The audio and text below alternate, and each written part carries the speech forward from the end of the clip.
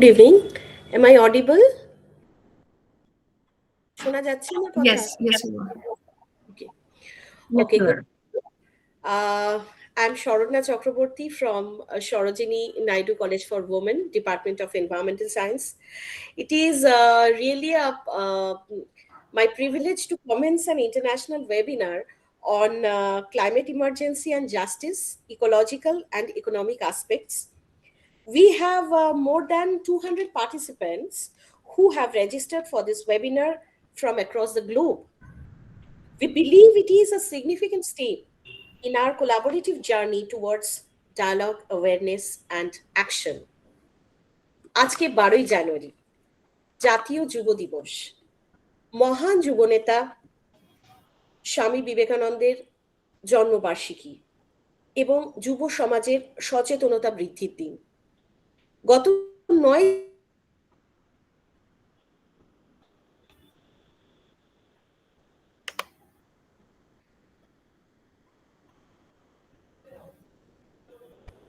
You're frozen. Can't hear you.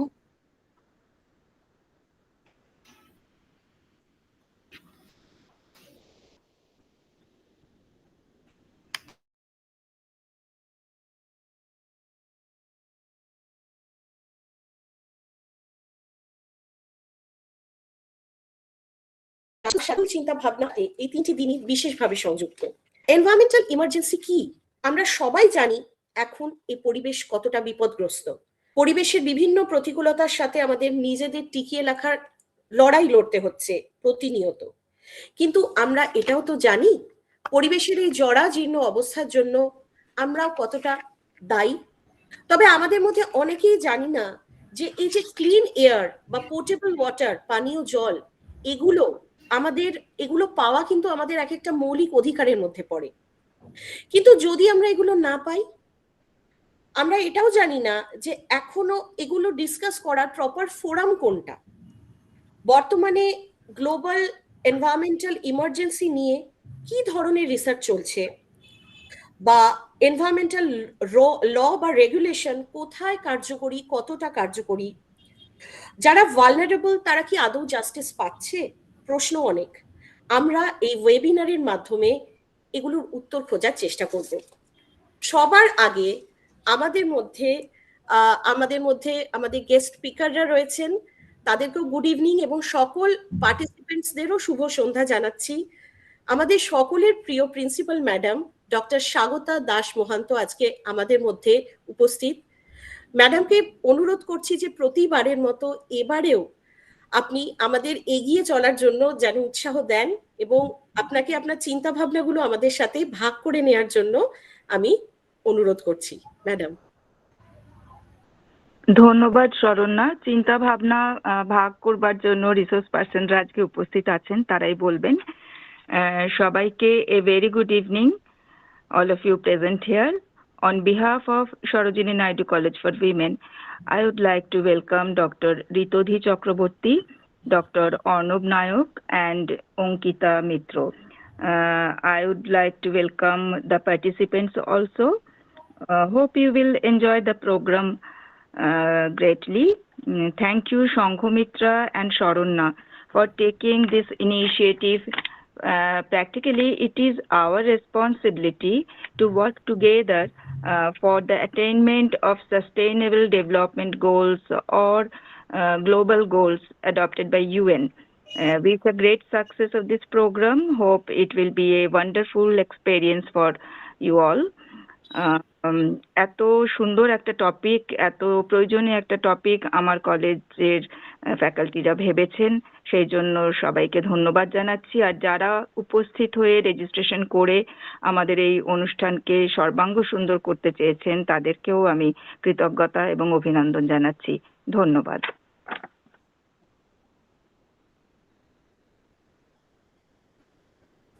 Thank you so much madam. আমরা আপনার কথা আমরা মেনে চলবো সবসময়। আজকে আমাদের প্রথম আমাদের প্রোগ্রামটা শুরু করার আগে first just before we begin the proceedings, it is the customary to extend a formal welcome to all present. For this, I'm honored to invite Dr. Shanghamitra Basu of Zoology Department, who will deliver the welcome address and set the tones for our deliberations today. Over to you, Shanghamitra. Thank you, Sharona Madam. A very good evening to all of you, respected speakers, esteemed participants, and friends from all across the globe.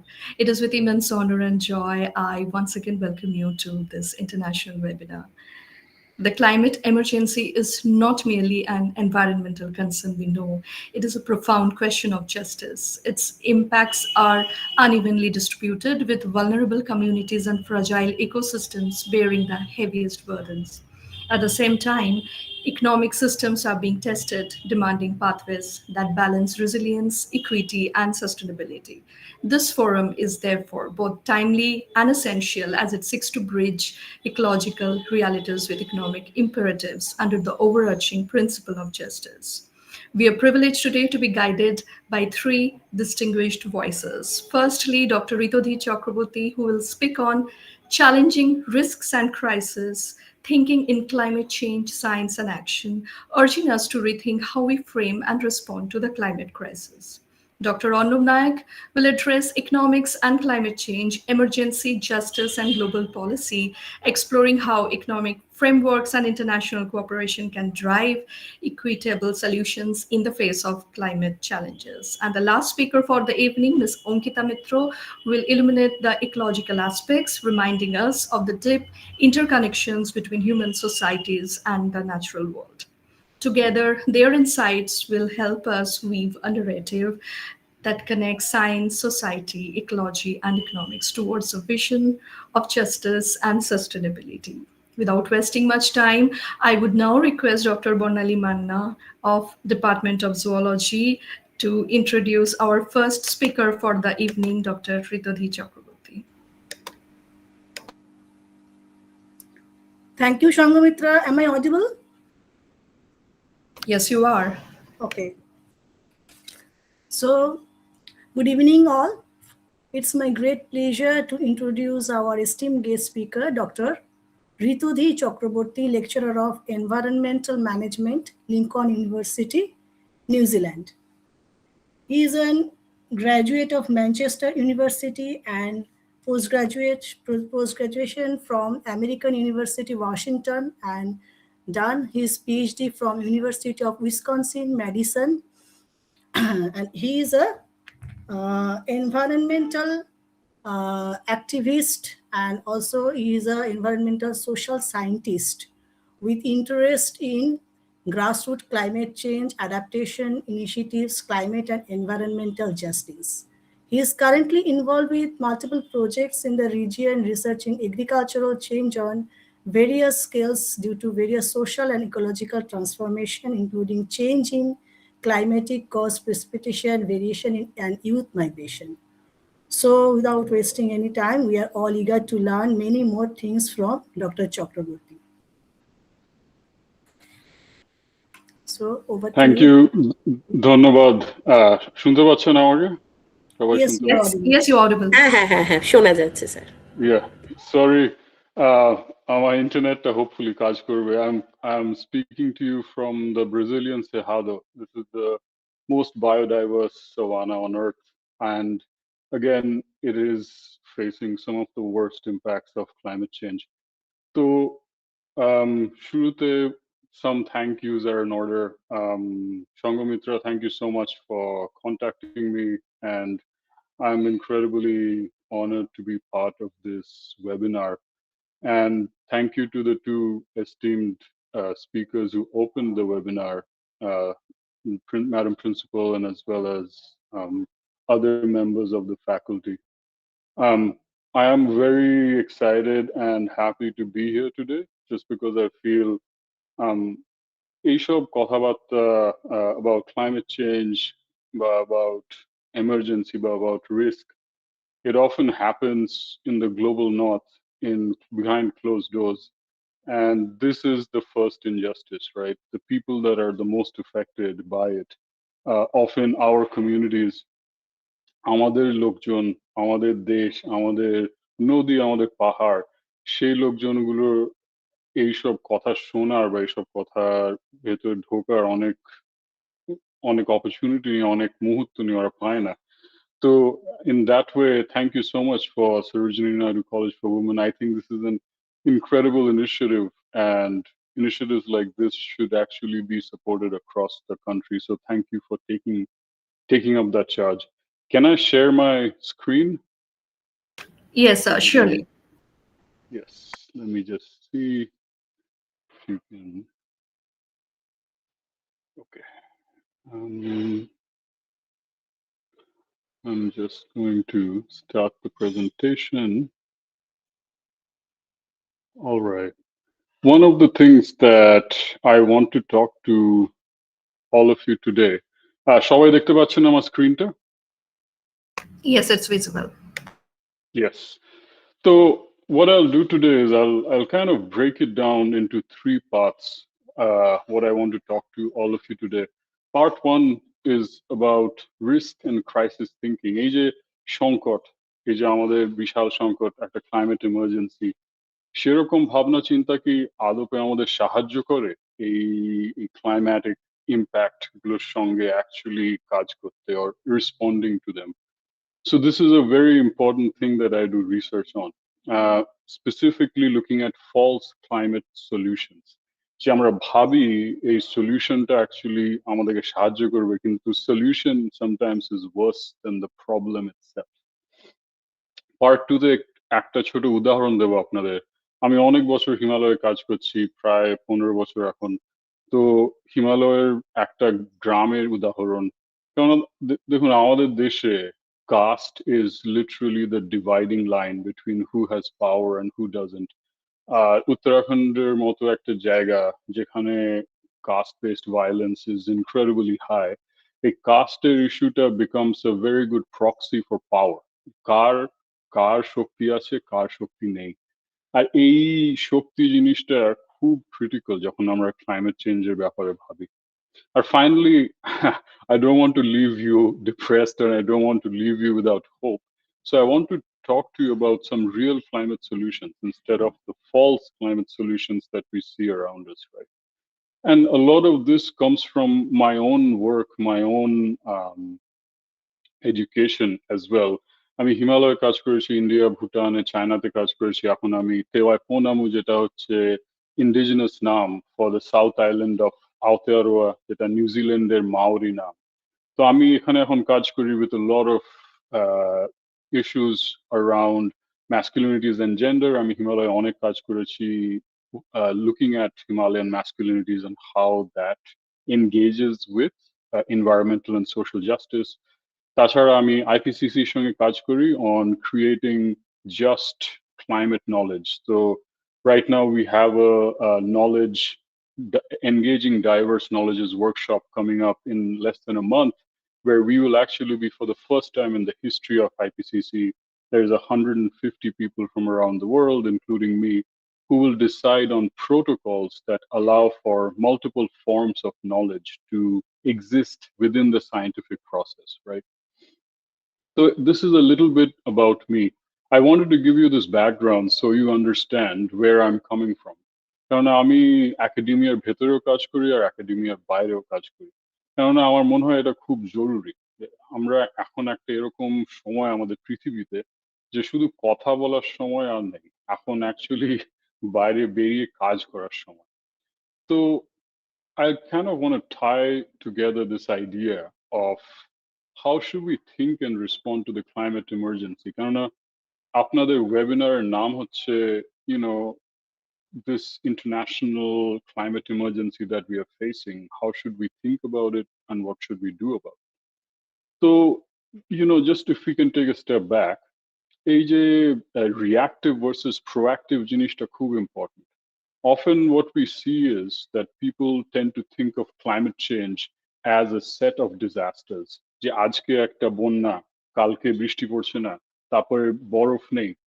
And thinking about climate change as a litany, right? As a compounding disaster after disaster, one disaster after the other, creates this kind of reactive thinking as well as policy making. যে আমরা বন্যার পরে রিয়াক্টটা করছি, right, versus proactive, which forces us to focus on the historical reasons why floods happen, right?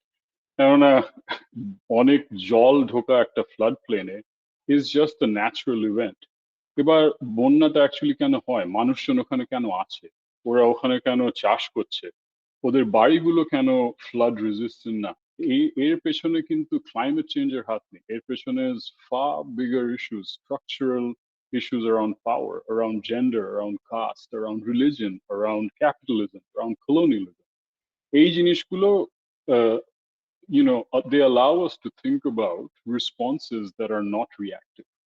তারপরে হচ্ছে addressing inequality, যেটা আমি আপনাদেরকে এখনই বলছিলাম, যে the way to respond to the climate emergency is not to think about it as a problem to solve, but to think about it as how do we address historical inequalities so that communities themselves can have the resilience to respond। And finally হচ্ছে acting across multiple time scales। আমরা অনেক সময় দেখি যে climate ইমার্জেন্সির কথাগুলো বলা হয় যে না আমাদের ভবিষ্যতে এটা হবে, বা আমরা এই নেক্সট 6 মাসটা কি করতে পারি। বাট এই যে টাইম স্কেল গুলো, they are being privileged, some time scales are privileged more than other time scales based on the tools that we have, right? এটা একটা খুব important point। So what I'm saying is there's this proverb which says that if the only tool in your box is a hammer, then all your problems look like nails। So what I mean by that is we can't be prisoners of the limitations of our tools।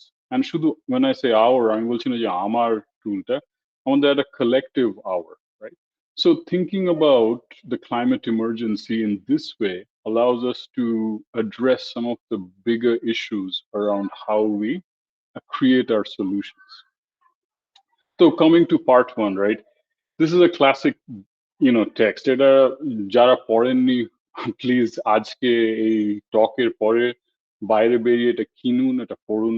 This is one of the greatest accounts ever written. যে আমাদের অমর্ত্য সেনের বইগুলো, right, about what causes famines, and then you can of get a book like this, everybody loves a good drought, which kind of looks at the politics of how the dispossession, the disaster actually allows elite people in our society to make a lot of profit of the misery of others।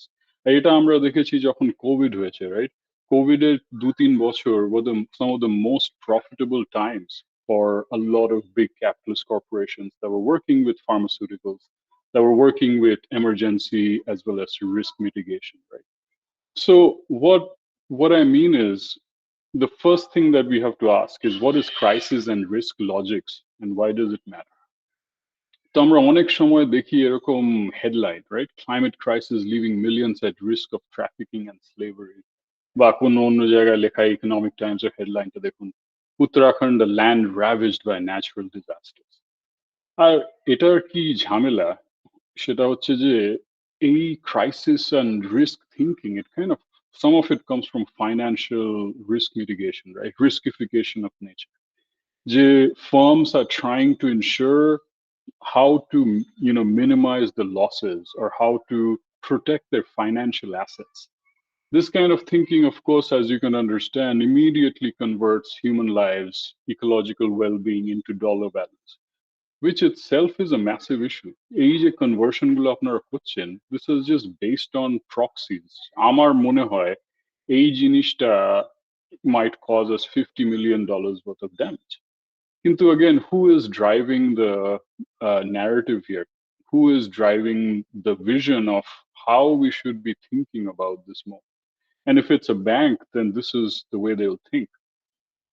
So ultimately, if you want to definition, riskification is the strategic framing of a landscape and of a community through the lens of catastrophic hazard। যে এই আমাদের যে হিমালয় পাহাড়, উফ, মানে ভীষণই দুর্গম জায়গা, ভীষণই ডেঞ্জারাস জায়গা, ওইখানে সব সময় কখনো আর্থকুয়েক, ভূকম্প হচ্ছে, কখনো বন্যা হচ্ছে। এই জিনিসগুলো, it transforms a complex social space into a hazard scape, right? সবকিছু এখানে ভেঙে যাচ্ছে, সবকিছু এখানে ভয়ানক। এরকম ভাবে ভাবাটা allows technocratic metrics to then come in, right? কেননা যদি কোনো জায়গাটা ভীষণ risky, then we have to de-riskify it, right? একটা বাইরে থেকে একটা কনসালটেন্ট আসবে, যেটা অফেন স্টেট ড্রিভেন বা এইড ড্রিভেন, যে এই জায়গাগুলোকে de-riskify করবে, মানে we are now going to ensure that this space is no longer a space of risk.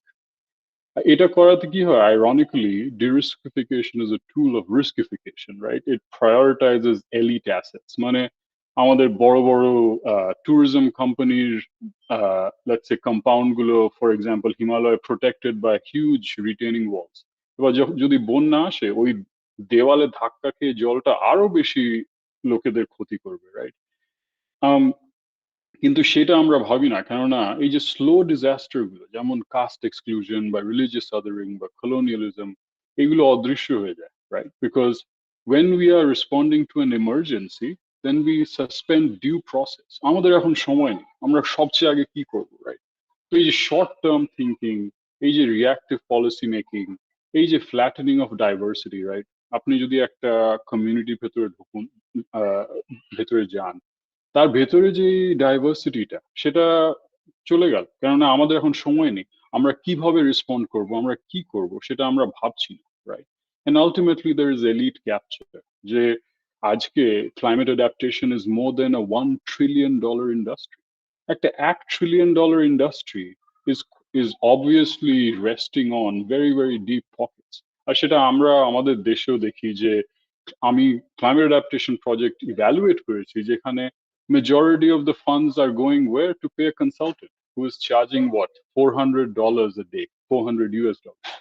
আমরা একটা গ্রামের ভেতরে যদি কাজ করতে যাই, আর আমার যদি একটা $10,000 ক্লাইমেট অ্যাডাপ্টেশন প্রজেক্ট থাকে, তার যদি $7,000 সোজা চলে যায় কনসালটেন্টের পকেটে, তাহলে আমার কাছে কি থাকে, right? তো ultimately we get maps like this, right? Who is at risk and why?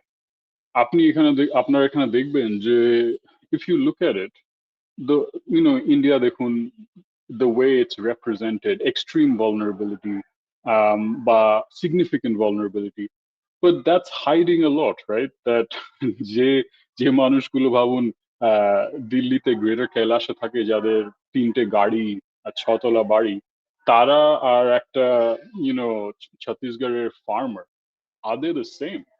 But in maps like this, what we are doing is we are promoting the national scale as the most important scale. But is that how climate change impacts actually work, right? আমাদের ইম্প্যাক্টটা হচ্ছে কোন scale? এটা কি একটা national scale হচ্ছে, না এটা হচ্ছে আমাদের শরীরের উপর, আমাদের কমিউনিটির উপর, আমাদের ইকোলজির উপর? সেগুলো কিন্তু এরকম ম্যাপ ধরতে পারে না। আর এরকম টাইপের map creates the kinds of, I would say, false solutions that end up actually hurting communities a lot more than helping। তো এই যে ক্রাইসিস রিস্ক অ্যান্ড লজিক্স এর ফ্রেমটা, সেটা খুব ভালো ওভারল্যাপ করে with this idea of climate reduction. আর আমি জানি এটা অনেকে শোনেননি এই আইডিয়াটা হয়তো আগে, বা হয়তো কেউ কেউ শুনেছেন, কিন্তু let me kind of help you understand how this plays a big role in the way in which we respond to climate emergency. So what is climate reductionism, right? Reductionism is an approach of understanding the nature of complex entities or relationships by reducing them, right? So তার মানে কি, মানে under this kind of thinking, climate change is isolated as the primary determinant, মানে সবচেয়ে important variable, right? What is an example of this? I'm sure you all must have seen যে এরকম রকমের ভীষণ sensational headline: climate change leading to rise in domestic violence, climate change leading to war, climate change leading to child brides. These sort of causal relationships, এই যে এইটা হচ্ছে বলে এইটা হচ্ছে, এই প্রসেসটা হচ্ছে, this is a very problematic thing to say, কেননা we don't need to create this very orchestrated, complex way of connecting climate change, let's say, to domestic violence. We have a much more simpler and actually a much more real reason for that. It's the patriarchy. Amader patriarchy is the reason why there is domestic violence. Sure, when you throw climate into the mix, it does amplify certain things, but it's very, I would say, unscientific as well as illogical to say that climate change is responsible for these very complex social systems to transform. So, you know, one of the other things that happens is we see that there's this tendency to extract climate change from its social and environmental context, right? As if আমাদের যে এই যে lower level transformations in clouds, right? Or এই যে precipitational index changing, or this idea of winter snow disappearing in the western and the central Himalaya, all of these things are actual physical events, right? But they have an effect on the social and ecological systems that are not actually objective. So climate change is not this detached physical process. It's emerging, as well as its impacts are very, very political. আর সেইটা খুব দরকারি আমাদের বোঝা. So how does climate reductionism affect us, right? The প্রথমটা তো আপনারা শুনেছেন, politics of crisis. Then we have CO2 colonialism, which is also known as green colonialism. যেটা পুরো বিশ্বে হচ্ছে, where company এখানে Amazon আর সেহাদতে আমরা রোজ দেখি, where big companies coming in and basically stealing land for carbon credits. So I'm not going to go into all of these different ones, but just to give you a sense of what it means, I'll give you an example. এইটা দুটো বই again যে সবার পড়া উচিত, Misreading the Bengal Delta R Threatening Dystopias. এটাতে what we see is that what is, like, these questions of sea level rise, or these questions of disaster or climate emergency, are often hiding far deeper and far more important reasons why communities are actually experiencing this vulnerability, right?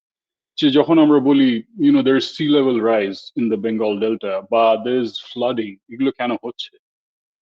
What we forget is that we have this history of colonial forestry. We have this history of deforestation of the Sundarban, so that communities wouldn't have to pay tax on those trees to the colonial state. We also have this history of technomanagerial flood management, যেখানে we've changed and now we are expecting flooding to not happen. Then we have sedimentocracy, মানে আমাদের বিশাল বালির mafia, right? তারা বার করছে sediment from the riverbed every day, all the time. Then we have things like shrimp farming, coastal embankments, green revolution agriculture. Essentially, what we are seeing is that, and this is a very important line, so think about it. Many of the effects that we are seeing is climate change is actually caused by the solutions to climate change. So let me repeat that. Many of the effects of climate change are actually caused by the solutions to climate change. There are people who have written incredibly about this. যেমন এই Camellia Diwaner এই paperটা, Climate Change as a Spice. What you see is that লোকজন, Bangladesh as well as India, they are sprinkling climate change, একটা মশলার মতো climate change নিজের project গুলোর উপরে দিচ্ছে, যাতে ডোনাররা ওদের পয়সা দেয়। 10 বছর আগে যখন আমি কাজ করছিলাম হিমালয়তে, this was gender, right? If you just threw in gender somewhere in a project, you would get funded by the donor industry. And today that is climate change. মানে আপনি আপনার যদি আসল ইস্যুটা এখনো হয়তো কাস্ট, বা হয়তো জেন্ডার, বা হয়তো রিলিজিয়াস আদারিং, বা হয়তো কলোনিয়াল ল্যান্ড ম্যানেজমেন্ট, সেসব নিয়ে কেউ ইন্টারেস্টেড না। আপনি যদি ক্লাইমেট চেঞ্জ বলে দেন, ইমিডিয়েটলি আপনাকে কেউ লক্ষ লক্ষ টাকা দিয়ে দিল আবার রিসার্চ করে। So this is kind of an issue, right? So this is a simple way of understanding how the solutions to climate change can be worse than the impacts of climate change. So এই তিনটে জিনিস were pushed big time in the Bengal Delta. এখনো এটা হচ্ছে, right? মানে কোটি কোটি টাকার World Banker project, US aided project, সব is focused on this. Let's say you want to do shrimp farming, right, which is given as a big climate adaptation, as a big climate adaptation solution. So এবার গ্রামের লোকে কি করছে? They're converting arable land, মানে ধান খেতে এবার shrimp hatchery বানাচ্ছে। তার মানে কি? তার মানে ওদের যে প্রাচীনকালে ট্রেডিশনাল এমব্যাঙ্কমেন্ট গুলো, যাতে করে আমাদের এস্চুয়ারিন জল আর আমাদের সমুদ্রের জল, সামুদ্রিক জল যেটা আলাদা রাখা হয়, সেটা ভেঙে দেয়া ওরা। এবার ভেঙে ভেতরে এই সমুদ্রের নোনা জলটাকে ঢোকায়, কেননা শ্রিম্প হ্যাচারি নোনা জলে হয়। এবারে saline water and freshwater reserves, what you see is entering much more because of shrimp farming. কিন্তু আপনি যদি খবরের কাগজে শুনবেন বা বা আপনি আহ, আপনারা শুনবেন যে লোকজন কথা বলছে, না না এটা হচ্ছে থার্মাল এক্সপ্যানশন, আমাদের বেঙ্গল ডেল্টা থার্মাল এক্সপ্যানশন হচ্ছে, তাই সি লেভেল, যেটা একেবারে সত্যি কথা, I am not denying that, but is there is there absolute sea level rise, মানে থার্মাল এক্সপ্যানশনের জলটা এবার মাটির ভেতরে ঢুকছে, নাকি অ্যাকচুয়ালি অন্য কারণে আমরা দেখছি এই নোনা জল আমাদের জলের ভেতরে, জলের সাপ্লাই। তারপর আপনি দেখুন হাইড্রো পাওয়ার, যেখানে হাইড্রো পাওয়ার ড্যাম গুলো অত সিল্ট, যেটা আমাদের যে মাটিটা মাটিটা যেটা আমাদের কোস্টাল যে শেলফটাকে বানিয়ে রাখে, সেটা যদি না পৌঁছয় কোস্টে, তাহলে তো সমুদ্রটা ভেতরে ঢুকবে। So this changes in fresh water flow, কেননা এই যে মিষ্টি জলটা, যে ফ্রেশ ওয়াটারটা যে আসছে পাহাড় থেকে, সেটা তো সামুদ্রিক জলটাকে বাইরে ঠেলে, রাইট? এবার এগুলো যদি আমরা না বুঝি, তাহলে then we start saying things যে না না, climate change, thermal expansion is driving this, right? And then finally we see the green revolution agriculture এ মানে কিলো কিলো লোকে পেস্টিসাইড ফার্টিলাইজার ইউজ করছে নিজের ধান খেতে বা নিজের সবজি এগ্রিকালচার, তার থেকে যে স্যালিনাইজেশনটা হয় মাটিতে, সেটাও কিন্তু এখন লোকে বলে না এটা ক্লাইমেট চেঞ্জ। কিন্তু ক্লাইমেট চেঞ্জ তো সবকিছুর কারণ না, এই কারণগুলো আছে, আর সেটা যদি আমরা না বুঝি, তখন হয় আসল ঝামেলাটা, না? তো let me give you a very quick short example of how climate variables are embedded within the broader relationships of power, right? তো এটা উত্তরাখণ্ড থেকে, যেটা আপনারা সবাই জানেন কোথায়। আর I'm sure you also know about these.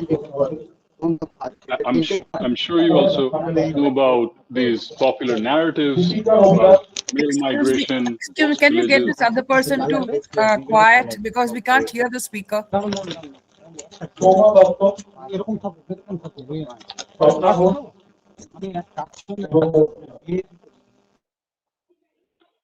Yeah, so getting back to this, এই narrative গুলো আপনার দেখবেন খবর কাগজে বা শুনবেন টিভিতে, land ravaged by natural disaster, right?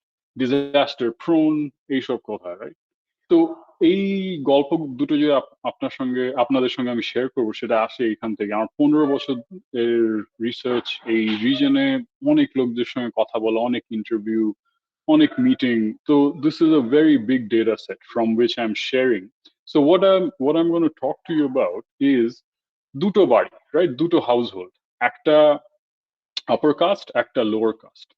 What I'll do is I'll take you through 1 year of their life. এই এক বছরে ওদের জীবনে কি হয়, and when I say কি হয়, I'm saying all the crisis, right? কেননা ক্লাইমেট হচ্ছে শুধু একটা ক্রাইসিস, তাছাড়া অন্য অনেক ক্রাইসিস আছে। কিন্তু ক্লাইমেট কি করে এই অন্য ক্রাইসিস গুলোর সঙ্গে একসঙ্গে ঢুকে একটা রিলেশনশিপ বানায়। So climate impacts are relating to other existing historical crises that families are dealing with, right? So it's impossible to extricate. We can't just say, না এইটা হচ্ছে climate related disaster, এইটা হচ্ছে unclimate related, এইটার রিস্কটা হচ্ছে from a completely different source. So I want to sort of show you how these things are all, how they all kind of come together. তো এটা একটা আপার কাস্ট হাউস হোল্ড, এরা ঠাকুর, যাদের আহ 5 acre জমি পাহাড়ে, um, the usual stuff. The men in the family are of course involved with powerful civil society actors and close connections with district level politicians. um, this is, most of them are educated and some university educated, আর ওদের গরু, মোষ, অনেক ভালো assets, right? তো এটা, this is their year, right? From winter to another winter. তো আপনারা যদি দেখেন এই উইন্টারে এই পেট্রিয়ার্কের যে বোন, she gets diagnosed with uterine cancer, right? So this is a huge hit to the family, but the family immediately kind of rallies together because having these powerful caste networks also in the plains area, Dehradune, Ora, they basically ask the hospital to take care of this lady at a very low fee because many of the hospital staff are the same caste as the village as the lady who got sick, right? So while this is happening, the oldest son drops out of university and gives up on industrial livelihoods, right? আমি ফ্যাক্টরিতে কাজ করতে চাই না, আমি service ইন্ডাস্ট্রিতে কাজ করবো না, আমি শুধু বাড়িতে থাকবো আর আমার গরু মোষ দেখবো, right? At the same time, what you see is a springtime যেটা হচ্ছে এখন because of climate change is incredible hail and extreme precipitation events. তো এখন কি হয়েছে, পাহাড়ের অনেক বাড়ি they have transitioned to growing horticultural crops as a form of agricultural risk hedging, right? যে আমাদের এই ভাত আর ডাল আর ট্রেডিশনাল যে আমরা এইসব খেতে করতাম, সে তা দিয়ে পয়সাতেও আসার কোনো চান্স। তো আমরা এখন যদি আপেল, পিচ, প্লাম এইসব এইসবের গাছ লাগাই, তাহলে এগুলো বিক্রি করতে পারি আমরা ওই দিল্লি আর দেহরাদুন মতো জায়গাতে। সো এই হেল আর এক্সট্রিম প্রেসিপিটেশন ইভেন্টস এ অনেক আপেলের ফুল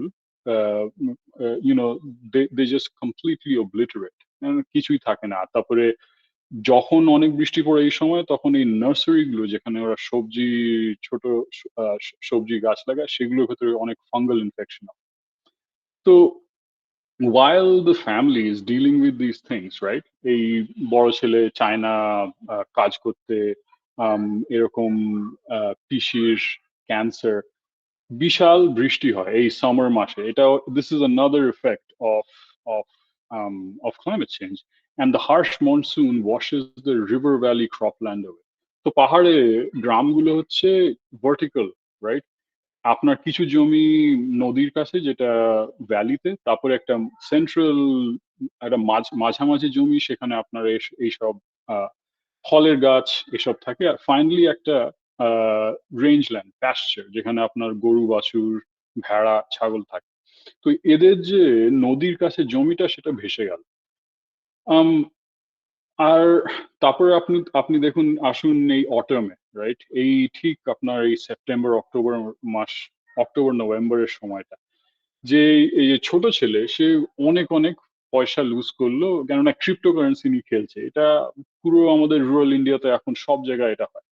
তো এখন এই ছোট ছেলে, but what I'm trying to get across to you is imagine the privilege it takes to play with money in a crypto market when you are a person in rural India. So this again, just trying to situate the kind of power families like this have.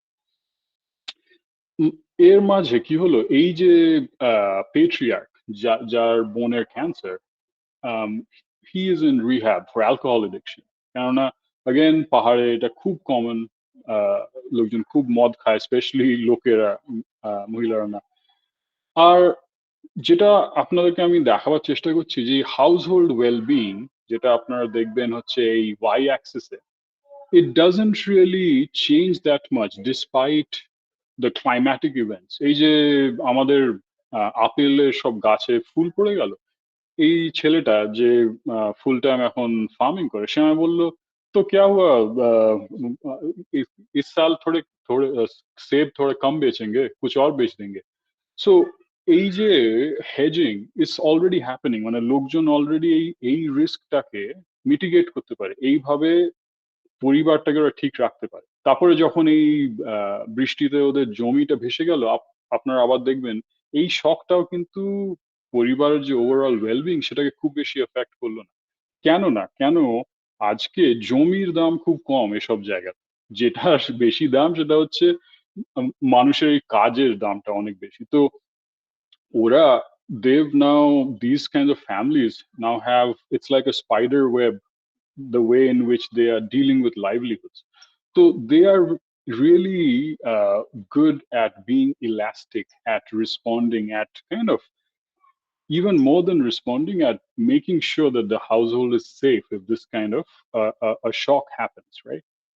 কিন্তু আপনারা দেখবেন এই যে পেট্রিয়ার্কে যখন এই rehab গেল alcohol এডিকশনে, তখন যে এই যে সমাজে একটা, ও ওর বাবা জানিস এখন এই রিহ্যাবে গেছে, সেই যে একটা সোশ্যাল ক্যাপিটাল লস, সেটা ট্রিমেন্ডাস। তাই আপনি দেখবেন এই হাউস হোল্ডের ওয়েলবিংটা ক্র্যাশ করছে। আর এই আপনার next উইন্টারে this person actually die. কেননা রিহ্যাবে গিয়েও he was drinking, and so he found a way to do that, and then ultimately he passed away from alcohol poisoning. And as this happens, you see the household well-being plummet. So the point to illustrate in this example is that a climatic event gulo, while they are very critical and they are pushing the family, they are unable to dislodge them very far from their idea of well-being. আর এটা একটা upper caste family, right? Far more powerful is still these the kind of power you can get when you have a patriarch, an upper caste patriarch, and his death then leaves this power vacuum. কেননা যেই এই বাবা মরে গেল, অন্য ভাইগুলো মারপিট করে ওদের সব জমি, ওদের এই ফলের গাছ, they just divided it amongst themselves. So this family suffered much more but because of the death of the father than they did because of the climatic events. এবার coming to the lower caste household, right? জমি বলতে কিছু নেই, half an acre, যে পেট্রিয়ার্ক, যে বাড়ির লোকটা, সে বাড়ি বানায়, এই লোহার জিনিস বানায়, ওরা লোহার জাত, অ্যান্ড শুধু বাচ্চারা স্কুল গেছে, ও মানে হি ইজ লিটারেট, লিখতে পারে, মানে নিজের নামটা লিখতে পারে, and that's all. And ওদের লাইফ স্টক অ্যান্ড অ্যাসেট বলতে বেশি কিছু নেই, শুধু এই ছাগল কিছু আর 4-5টা গরু। তো ওদের পরিবার, which these two families are separated by what, maybe 500 meters. So ওদের পরিবার went through a different set of shocks during that same year, right? So amidst that especially warm snowless winter, ওদের এই আমাদের ওয়েস্টার্ন হিমালয়তে এই snow এর সিজনটা একেবারে shift করে গেছে, কারণ প্রেসিপিটেশন এখন আসে আমাদের স্প্রিং এ বেশি, যেটা আপনারা দেখলেন আগের এক্সাম্পলটা। So because of this, we get a lot more forest fires. But we also get a lot of forest fires because of the pine incursion, right? আমাদের পুরো পাহাড়ে এখন pine, এই cheer pine, which is a part of the government's afforestation policy, right? So again, a solution that became a problem. And because of this, we get devastating forest fires. তো এই বিশাল একটা জঙ্গলের আগুনে ওদের বাড়িটা জ্বলে গেছে, কেননা এই ছোট জাতের বাড়ি, লোকেদের বাড়ি অনেক সময় জঙ্গলের পাশে থাকে, কেননা এই রাওয়াত বা এই ঠাকুর বা এই ব্রাহ্মণদের বাড়িগুলো, সেগুলো usually close to the road, so that they can avail of all the new things of modernity, right? So anyway, they lost their house. তারপরে এই আপনারা দেখবেন, again, if you look at that y-axis, household well-being actually plummets much more than what would, than a climatic event that you saw with the upper caste house. তারপরে কি হয়, এই multiple livestock lost to depredation by leopards inside forest service land. এটাও অনেক পরিবাররা বেশি করছে আজকাল। Again, part of it is climate change, because we're getting these famine, the dry and wet cycles, আমাদের ঘাস হচ্ছে না pasture অনেক বেশি। So then they kind of enter forest service land, and forest service land এর ভেতরে, চিতাবাঘ অনেকগুলো ওদের এই ছাগলকে মারল। Again, because they are a lot more dependent on one or two livelihoods, ওই বাড়ির well-being আবার plummet হচ্ছে। তার মাঝে কি হলো, এই মেয়ে ফেরত এসছে শ্বশুরবাড়ি থেকে, কি ওই dowry dispute, right? Again, very common thing. Both of those things hit this family at the same time while they are homeless, basically, কেন ওদের বাড়িটা জ্বলে গেছে। তারপরে আপনারা দেখবেন in summer, as they are sort of recovering, there's water scarcity due to upper caste diversion of streams through pipes, যেটা again very common issue, যে এখন যে piped water এইসব গ্রামে, এই গ্লেশিয়ারের পাশ থেকে এই ঠাকুর ব্রাহ্মণরা সব পাইপ দিয়ে ঢুকিয়ে দিচ্ছে নিজের বাড়িতে। এবার ওই স্ট্রিমটা, যেটা এদের এরকম পরিবারের বাড়ি পাশ দিয়ে যেত, সেই স্ট্রিম গুলো are now drying up. Again, if you read reports, people will say, oh no, this is climate change. Climate change is জন্য সব শুকিয়ে যাচ্ছে। But people won't talk about the fact that a lot of this water scarcity is caused by elite capture of resources, right? তো এইসবের জন্য পরিবারটা খুবই ক্ষতিগ্রস্ত, খুবই really worried, lot of anxiety.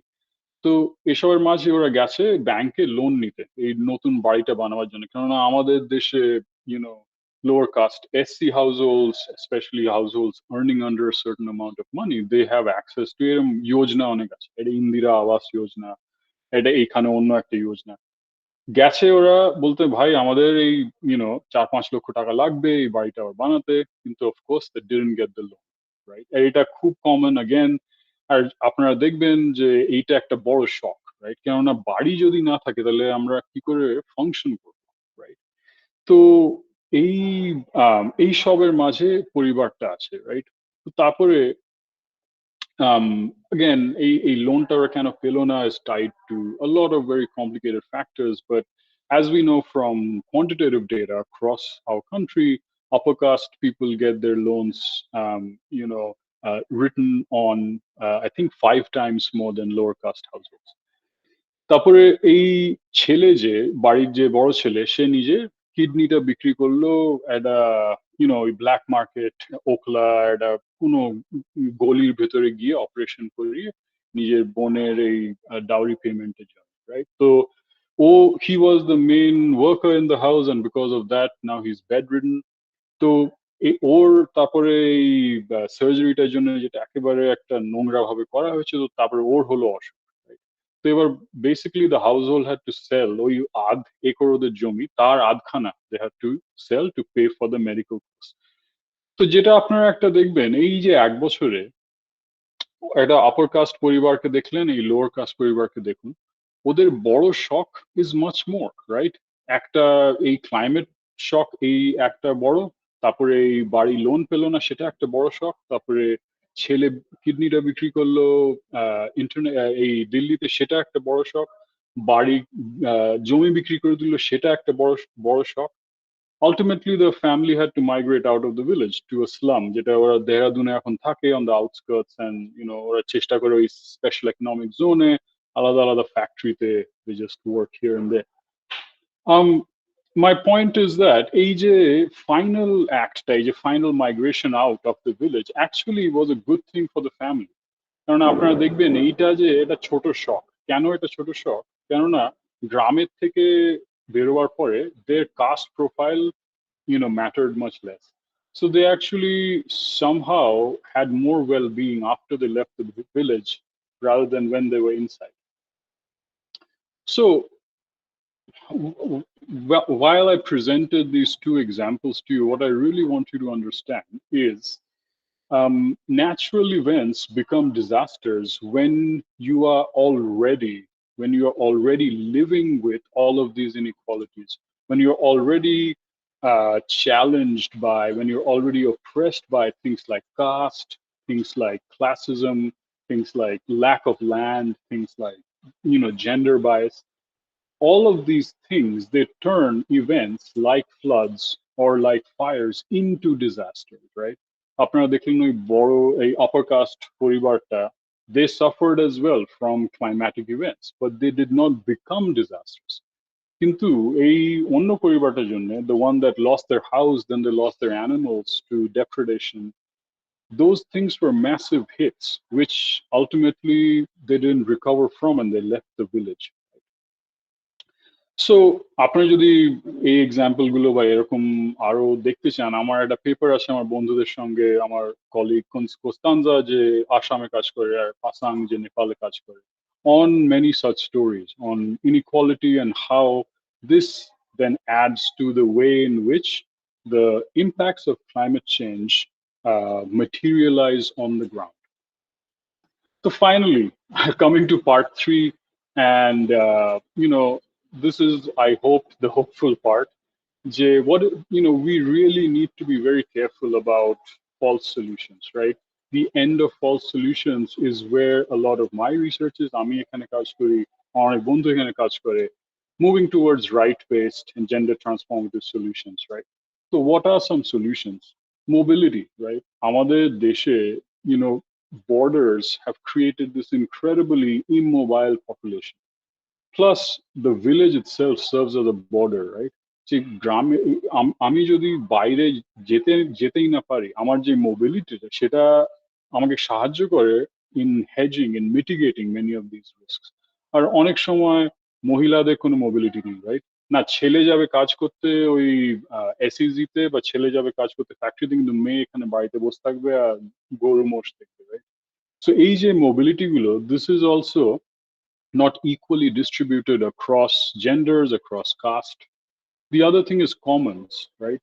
So all of these are solutions. তার মানে এটা বলা যে if we can, have more mobility within our populations and actually have just mobility, spread that mobility a lot more equally, then we are much more likely to see better climate adaptation.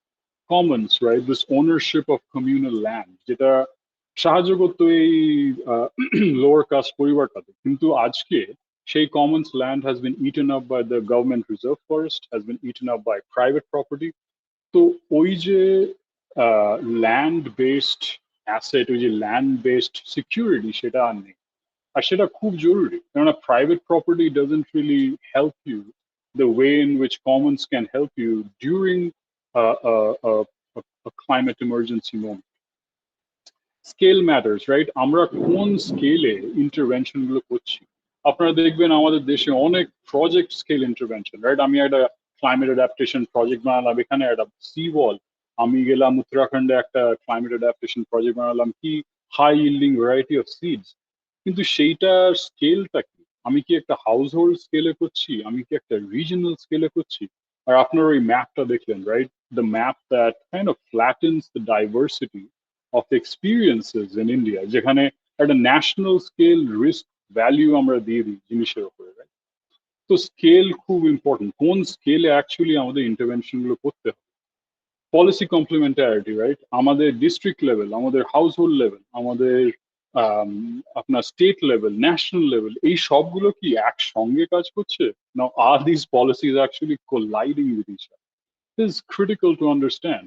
কারণ আমরা একদিকে একটা NDC budget বানাতে পারি না, this is how many emissions we can have, and then expect there to be any kind of a positive impact on the lives of household people, right? So এগুলো খুব জরুরি। And then finally, another space যেখানে আমি অনেক কাজ করি, democratic science.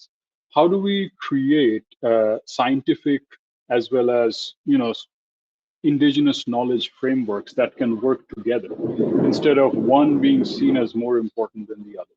তো এগুলো হচ্ছে real solutions যেটা আমার মনে হয়, and this is where a lot of work is happening. Again, আপনারা যদি জানতে চান about this, please take a look at this book called Pluriverse. এতে across the world, hundreds of initiatives are listed on this that are working in this space. So with that, I'll end my talk. Acknowledgements to the Pahari families of Uttarakhand, colleagues and friends, my department at Lincoln, Dr. Shovik Lal, who got me associated with this webinar, and the Knowledge Justice Collective, which is something that I lead with my colleague Pasang Sherpa, who's in University of British Columbia. আর আপনারা যদি আরো কিছু জানতে চান এসব ব্যাপারে, please আমাকে email করবেন, and thank you so much for your time. Thank you so much, Dr. Chakraborty. We'll take up a few questions. Ena is asking, how do scientists differentiate between natural climate variations, such as Milankovitch cycles or volcanic activity, and human-caused climate change? And what is the evidence that recent warming is primarily anthropogenic? এটা খুবই ভালো প্রশ্ন, কিন্তু এটার উপরে I would say there is an ocean of data, right? Milankovitch cycles এর যে effect গুলো, সেই এফেক্ট গুলো সার্টেন টাইম স্কেলে আছে, কিন্তু আমরা এখন যেটা দেখছি, দ্য কাইন্ড অফ ওয়ার্মিং বা the kind of changes in our subsurface temperature that we can't relate to the Milankovitch cycles. The rate at which it's happening is completely unprecedented. Furthermore, there's, I would say, thousands and thousands of papers now that kind of connect human, anthropogenic CO2-based warming to what we are seeing today.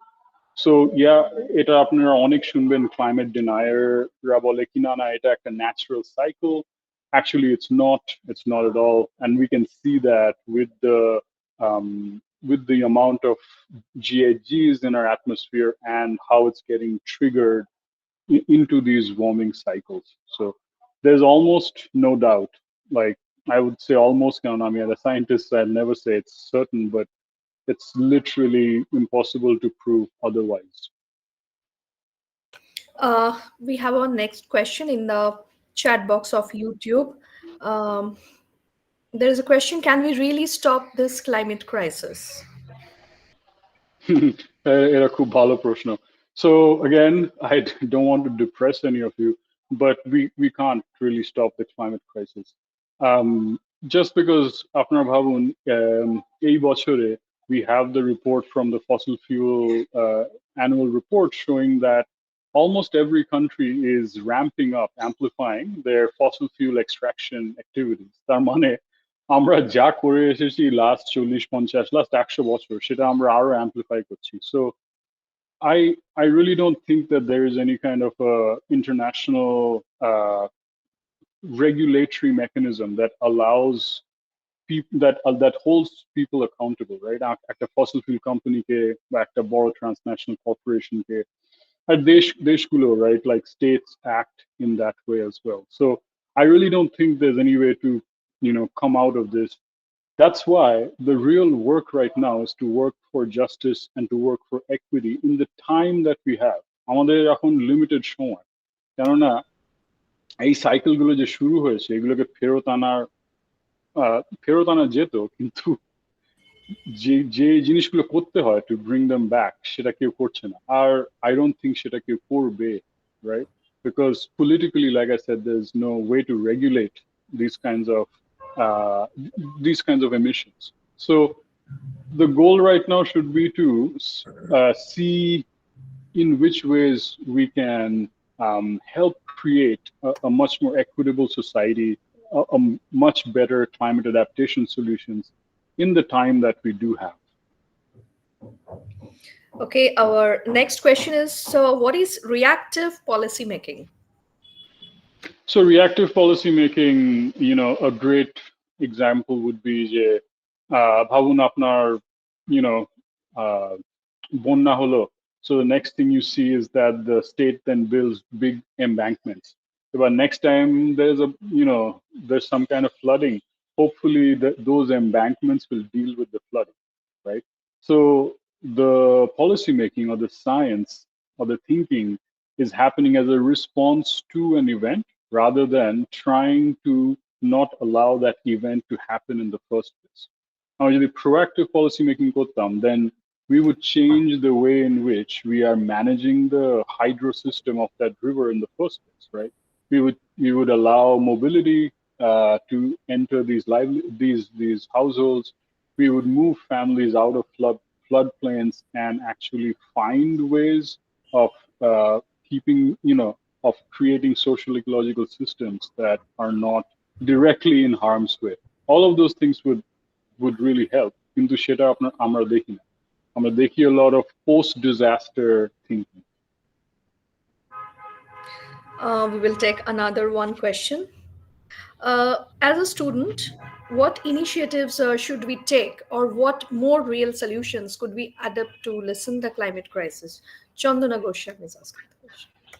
Great question again. I would say, the truth is, আমাদের দেশে, right? At least I can talk about India.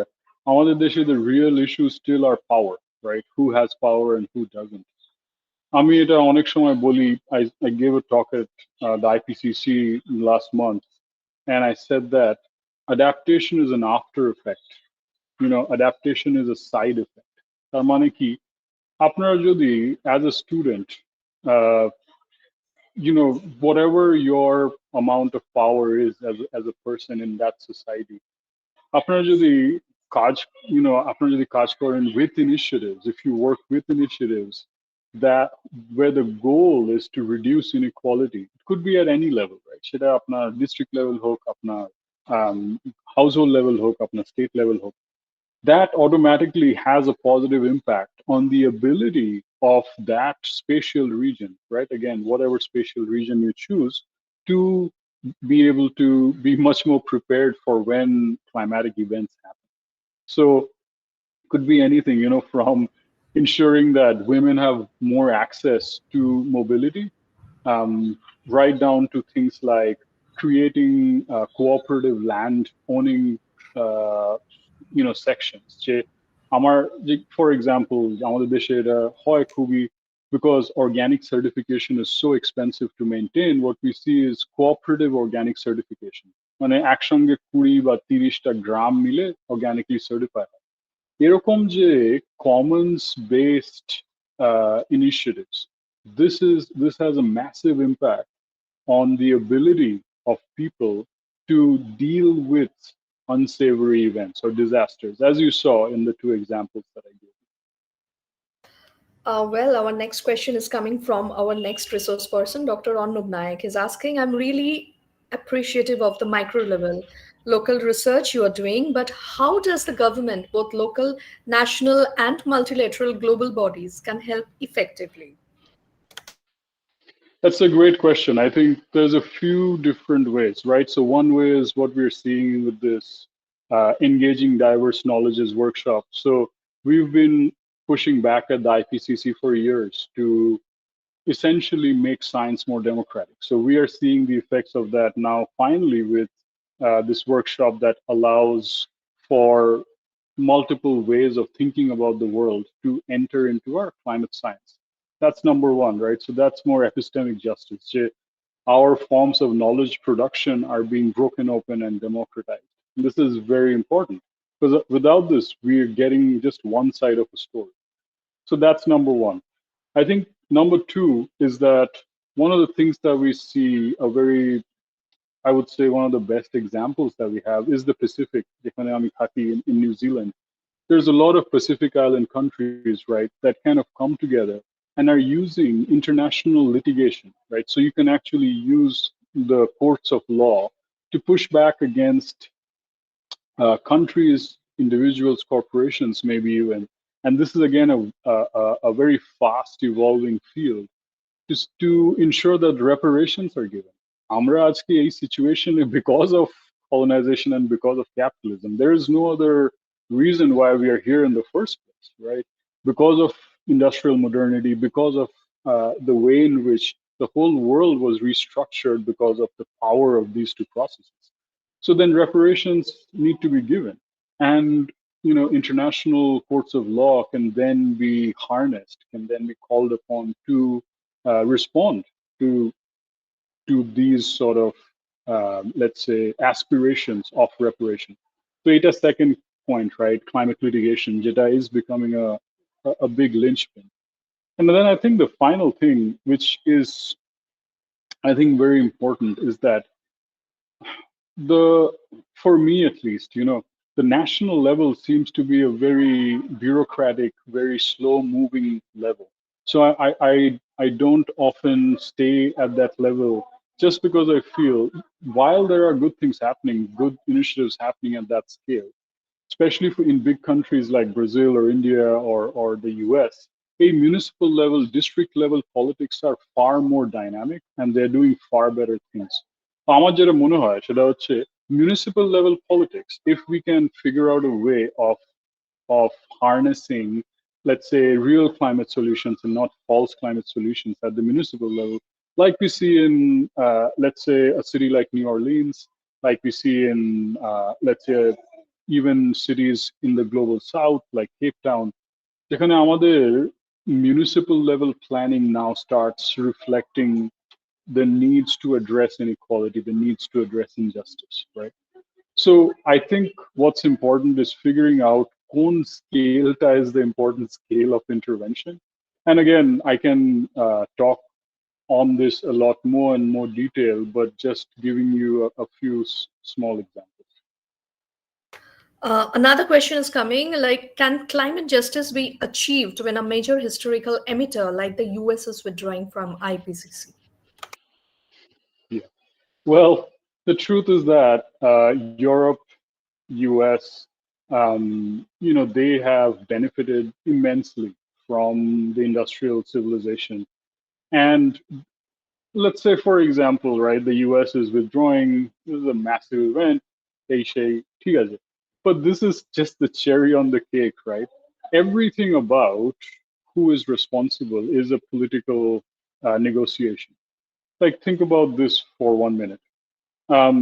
We constantly hear, oh, China is the biggest carbon emitter, China is this, China is that.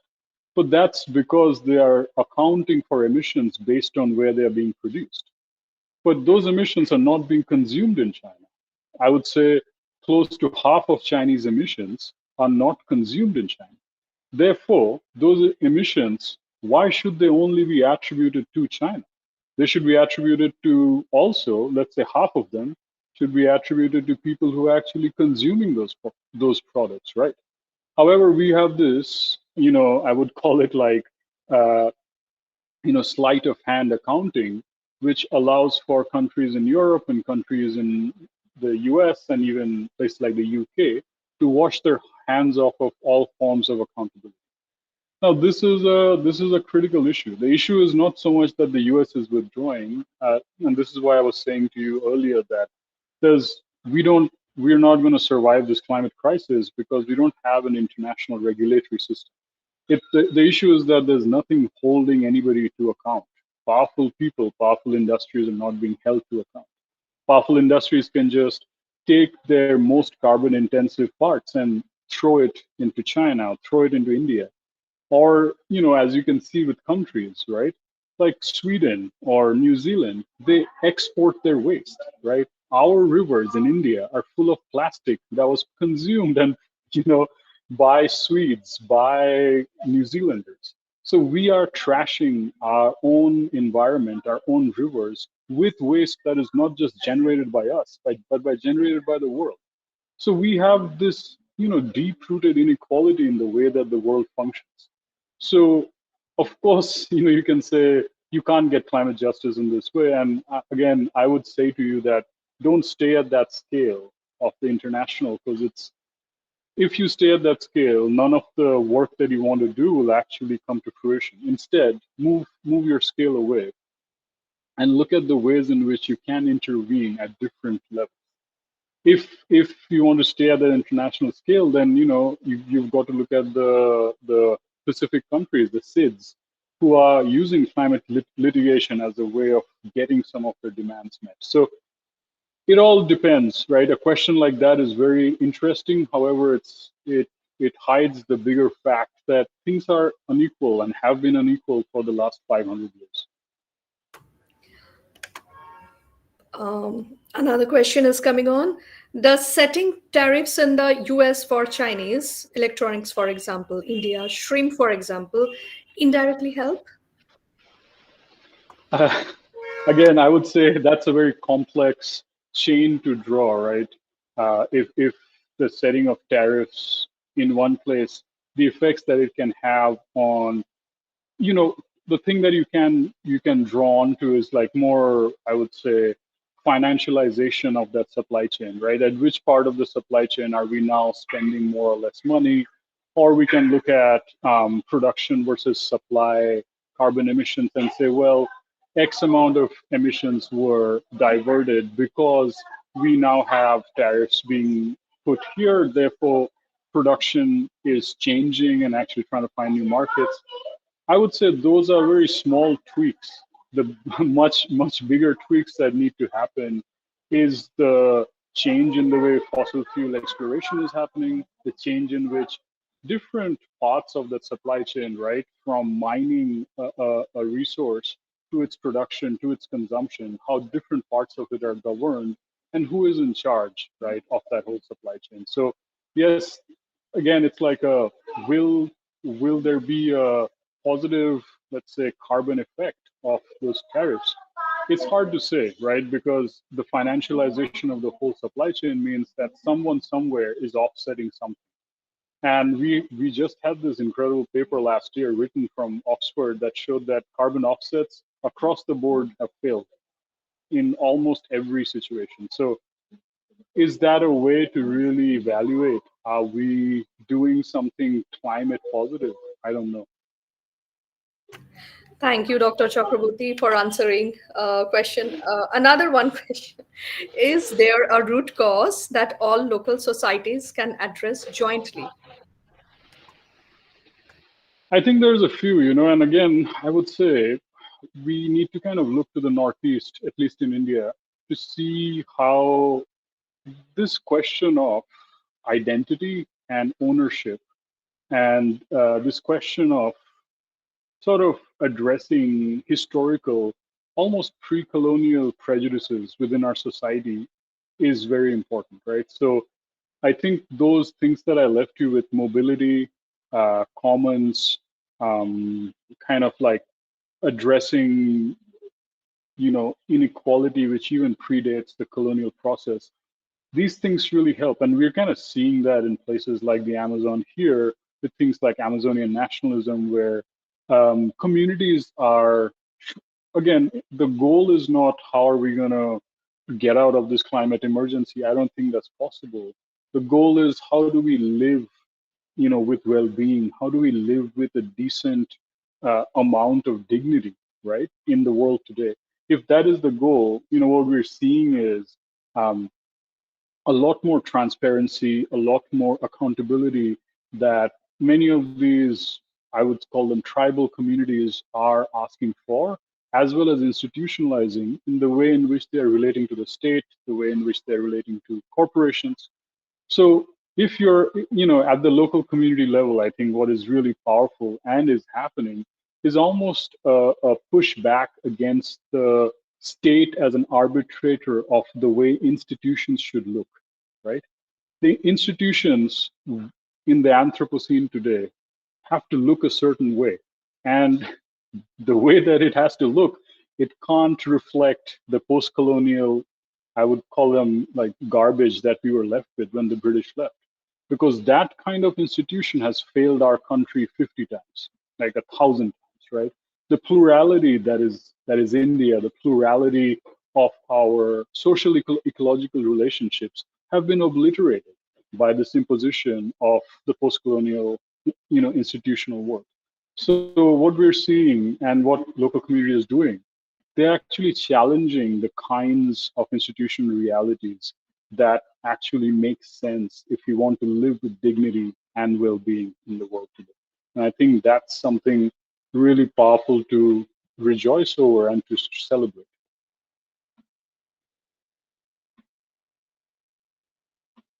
Thank you Thank you very you, much. Dr. Chakraborty. Thank you so much for answering all the questions, and I thank you for your valuable time. I know, like you are on holiday, but still you have given us your time. Thank you so much. We will get back to you in future also. Now, Thank you so much. This was wonderful. And yeah, I wish you all the best. I have to get off the call now, but yeah, please reach out to me if you have any questions or if you want to hear more about any of this. Thank you so much. Dhanyavad. thank you. Thank you so much. Now we move on with our second distinguished speaker. Before that, I would ask Dr. Kaberi Dotto of Department of Zoology to introduce our speaker. Thank you, Shango Mitra. Am I audible? Yes, you are. Okay, thank you. So, a very good evening to everyone and a very good morning to you, Dr. Nayak. So, it is a pleasure to welcome you and all of our participants again to today's webinar. So, at Sarojini Naidu College, we are honored to have with us Dr. Nayak, an accomplished economist and educator with a strong interdisciplinary footprint spanning econometrics, business analytics, health economics, and international trade at the School of Business, Mercer University, Georgia, United States. Dr. Nayak earned his PhD and MA in economics from Purdue University, following earlier graduate and undergraduate training in economics and mathematics from Jadavpur University, Kolkata. Dr. Nayak brings extensive teaching experience at the graduate and undergraduate levels, including courses in advanced statistics, business analytics, econometrics, micro and macroeconomics, and international economics. His research spans a wide range of timely and impactful areas, including health economics, the biopharmaceutical industry, international trade, and the use of large-scale data to study public health and policy questions. His work has appeared in leading journals across economics and public awards, recognizing both his research contributions and his excellence in teaching. His work bridges machine learning, and applies analytics in data-driven policy and business contexts. So we are delighted to have him with us today, and we very much look forward to learning from his insights. With that, please join me in welcoming Dr. Naik, and I invite you to deliver your talk. Thank you, sir. Thank you, Kaveri Madam, Shomamitra Madam, and the Honorable Principal Madam for giving me this honor to talk here. It was absolutely illuminating to hear Ritodi talk about the micro level social aspects of climate change and the emergency that we're facing and the way that it needs to be handled. And I absolutely agree with him that what we have done in the last maybe 50 years of all multilateral climate initiatives have led to very little. So maybe that approach is not the best way of dealing with it, as he is pointing out. It is a much more micro, on the ground, local level initiative coming from the people, the democratization of these choices. That is very important. So I thank the previous speaker a lot, and I will quickly give a little bit about where I am coming from and how this fits into this entire talk, which is a fantastic initiative, because unless we do talks like this, we do not spread the understanding of what is going on and where can you start addressing these kinds of problems. So প্রথমেই বলি যে আমি mostly MBA স্টুডেন্টসদের পড়াই। So আমাদের student audience হচ্ছে গিয়ে managerial economics পড়াই আমি তাদের। সো এরা অনেকেই working around in my area, আমি অ্যাটলান্টায় থাকি। তো এর ম্যানেজার, হসপিটালিস্ট, অ্যাডমিনিস্ট্রেশনের কাজ করে, যাদের they have to understand the business part of it. And ওদেরকে একটা সেকশন আমি পড়াই environmental and climate change issues bole in managerial economics er boite most boitei thake. So I am coming from there, and I do not actively do research in environmental problems, but I do face a lot of environmental problems in health economics. If you can, like, everything is related, right? So all the problems that we are dealing with comes from the disasters and the global temperature that has been going up, the global warming thing, and we see the effects of those that I study in my policies. So that's where I'm coming from, and it will be, if Rito Di was talking from the local level of what climate change means and climate emergency means, and I really liked his examples that two families are totally staying in the same place, are totally affected differently by the same environmental changes, but in two different ways, right? So a pointer cannot be denied, and a pointer is a policy problem. It's a governmental problem. How do we get what needs to be done, and how that needs to infiltrate into the society, through different segments of the society, through all the, যেটা ও বলছিল, ইন্ডিয়াকে আমরা national government বলে একটা level করে দিচ্ছি, flattening of the playing field.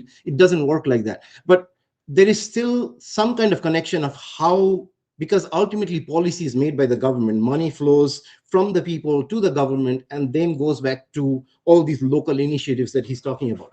Of course, the other side of it, he was talking about, was environmental litigation. Again, India is very, very far behind. খুবই কটা লোক আর বলতে পারে ইংল্যান্ডে গিয়ে যে আমাদের তোমরা বহু বছর ধরে আমাদেরকে অত্যাচার করেছো, আমাদের টাকা নিয়ে গেছো, সেগুলো এখন ফেরত দাও। Well, those are also in the cards, but then those are more distant cards for me. So with further ado, I'll let me talk about what I talk about in my business management class. And let's see.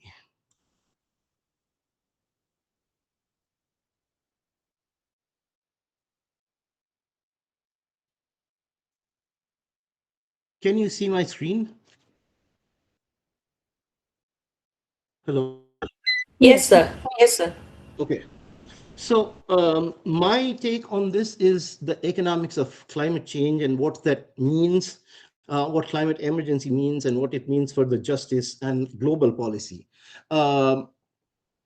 And again, if you think of what Rito was saying and what I'm trying to say, they are not different. It's just coming from two different angles of the same thing. How do you make that efficiently connect with each other is, I do not have any answers today, and I never thought about it very clearly that way, even though I see the problem as he sees it. But again, being a macroeconomist, it is a little bit different, the perspective that I bring to you. So what is climate change and why does it happen? So again, আমি আমি চেষ্টা করব যে climate চেঞ্জটা last 100-200 বছর ধরে হচ্ছে, কেন হয়েছে, এবং এর এর সোশ্যাল ইনজাস্টিসটা কোথা থেকে আসছে অ্যান্ড কিসের জন্য আসছে। ইন ইকোনমিক্স এই প্রবলেমটাকে আমরা again flattening it, because ultimately simplifying helps to see the bigger picture first, and then you can dig down and say, this is the bigger picture, এরপরে কি করতে পারি, এদের জন্য কি করতে পারি, এদের জন্য কি করতে পারি, into different layers of the society, right? So the first thing, and I would agree that this agrees with all the levels of society, there is a mismatch of how we pay for things and how we should be paying for things. এইটাকে আমরা বলি externality. So most of the things, যে the previous speaker was talking about shrimp farming in coastal West Bengal, তার একটা economics আছে, right? So ওই shrimp farmerটা কেন চাষের জমিটাকে খুলে দিয়ে, যা সি ওয়াল ছিল ওর, সেই জলটাকে এসে চিংড়ি মাছের ভাটি তৈরি করছে? So that is because there is a market for it, and he gets the price that is more than he would have gotten for rice. So চাল চাষ করে যা পয়সা রোজগার হতো তার থেকে বেশি হচ্ছে, তার মানে কিন্তু সেটা আবার ক্ষতিও করছে, রাইট? সো ও পাচ্ছে চিংড়ি মাছটার দাম যেটা বেশি চালের থেকে, but over the long run ওই মাটিটাতে আর কোনো চাষ সম্ভব না, অনলি চিংড়ি মাছই হবে, অ্যান্ড তার জন্য গ্লোবাল ওয়ার্মিং এর জন্য আরো জল ঢুকে আসছে, আরো মাটি নষ্ট হচ্ছে, so on and so forth. So এই জিনিসটাকে আমরা ইকোনমিক্সে বলি এক্সটার্নালিটি, যে ও যা বেনিফিট পাচ্ছে, ওই লোকটা বিক্রি করে যা বেনিফিট পাচ্ছে, ওর যা কস্ট, সেটা সবকিছু ও ও ইনকর্পোরেট করছে না ওই কস্টটাতে। মানে যে ওই চাষের জমিটা যে নষ্ট হয়ে গেল, সেই জিনিসটা ওর কস্টে দেখাচ্ছে না। So unless you can make the two happen, যে শ্রিম্পের প্রাইসটা বেশি কিন্তু ওর আজকের কস্ট লাগছে যে খালি ও জলটা ঢুকার, দেওয়ালটা খুলে দিয়ে সমুদ্রের জল ঢুকিয়ে দিলে যেটুকু কস্ট হচ্ছে সেইটুকু। So somehow if the local government can take care of this, and this goes from every level of government, I mean, we call it macroeconomics is the aggregation of microeconomics. So every ছোট ছোট জিনিস integration যেরকম আমরা করি, সেগুলো add করলে যা জিনিসটা হয়, every level of micro adds up, right? So এই জিনিসটা যদি আমরা ফিক্স করে ফেলতে পারি, তাহলে environmental problem, the as we see it in economics, will go away. So market always, for most of the climate change things, carbon hook, any other pollutants, so পেস্টিসাইডের কথা বলেছেন আগের স্পিকার, এই সবগুলো ইজ যদি প্রাইসিং বা তাদের কোনোভাবে গভর্নমেন্টালি বা অন্য লোকাল এজেন্সি দিয়ে তাদের প্রাইসিংটা ফিক্স করা যায়, যে see you are using pesticides, yes, it's giving you more money up front, but then it's also going to cause cancer to the society. So pesticide dam should be so much that it really reflects the cost of the cancer that it causes later to the society. If that is the case, তাহলে পেস্টিসাইডের প্রবলেমটা অনেকটা চলে যাবে। So that is the broader picture of, I mean, if there is one takeaway I want you to take from this talk, is pricingটা যদি correct করা যায়, somehow কে করছে that is not important, government have failed, local governments have failed to some extent. If we can democratize this pricing system itself, maybe we can fix this problem. So why the emergency, and how does the economics of this emergency really matter? So I am guessing most of my audience here are quite young, but climate change, আমি যখন স্কুলে পড়ি 1980s and 90s was already known, but the serious, I mean, they all were also very serious. Most of the initiatives were like 2025, right? That was 45 years of time duration at that point, and people were very, uh, worried. But at the same time, they were seeing ice melting in the polar region. They were seeing global warming happening. So they knew they needed to work and collectively work, because this is a problem of the commons, we call it. আগের স্পিকারও বলে গেছেন Commons এর problem, যে সবাই মিলে না কাজ করলে এটাকে কমানো যাবে না. So they started then. What happened in the meantime is all the global warming that is happening, it's also melting the ice in this polar region, the permafrost, etc. That is emitting a lot more carbon dioxide. These were not, the environmental science at that point was not that developed to understand the total effect of this to the extent. All of a sudden, what we've seen, maybe I can show you this graph. So when we started, same পয়সা খরচা করে, we could have achieved a lot more abatement যদি আগে খরচা করা হতো। কারণ পার্মাফ্রস্টটা গলে গেলে যে কার্বন ডাইঅক্সাইডটা বেরিয়ে গেল, সেটা একটা টিপিং হয়ে গেল, মানে অলরেডি প্রবলেমটা ছিল, তার জন্য আরো এক্সট্রা প্রবলেম এসে গেল। সো যত আমরা দেরি করছি, তত সেম খরচা করে, সেম এফর্ট দিয়ে, মানে a lot of effort দিয়ে, the amount of reduction we can do is going down, and the time span of how we can tackle this problem is getting shorter and shorter. So অনেক বেশি খরচা করার দরকার হবে to mitigate the same problems. So that is what we call the climate emergency. And these are non-linear, and the non-linearity is becoming more and more constant, more stronger as time passes. So that is the biggest problem. So as climate change ke amra boli, climate change is causing child marriages, climate change is causing migration out of villages, blah blah blah. These are jodio shegulo more eye catching, but these are direct effects of what I just showed you, that this is happening. The more we get towards the more than 1.5, we've already reached 1.5, right? That was the target. But as 2 degrees, 3 degrees, a lot more of these will be happening. So even though these are eye-catching, those eye-catching things will become a lot more severe and a lot more frequent going forward, right? So এই জন্য this has become an emergency. And as I'm sure all of you, I don't know what fields you come from, just like my students, you could be doctors, you could be engineers, you could be IT people or anything else, but I am sure in every aspect, in every industry, you're seeing the effects of this. So direct disaster losses are in hundreds of billions of dollars.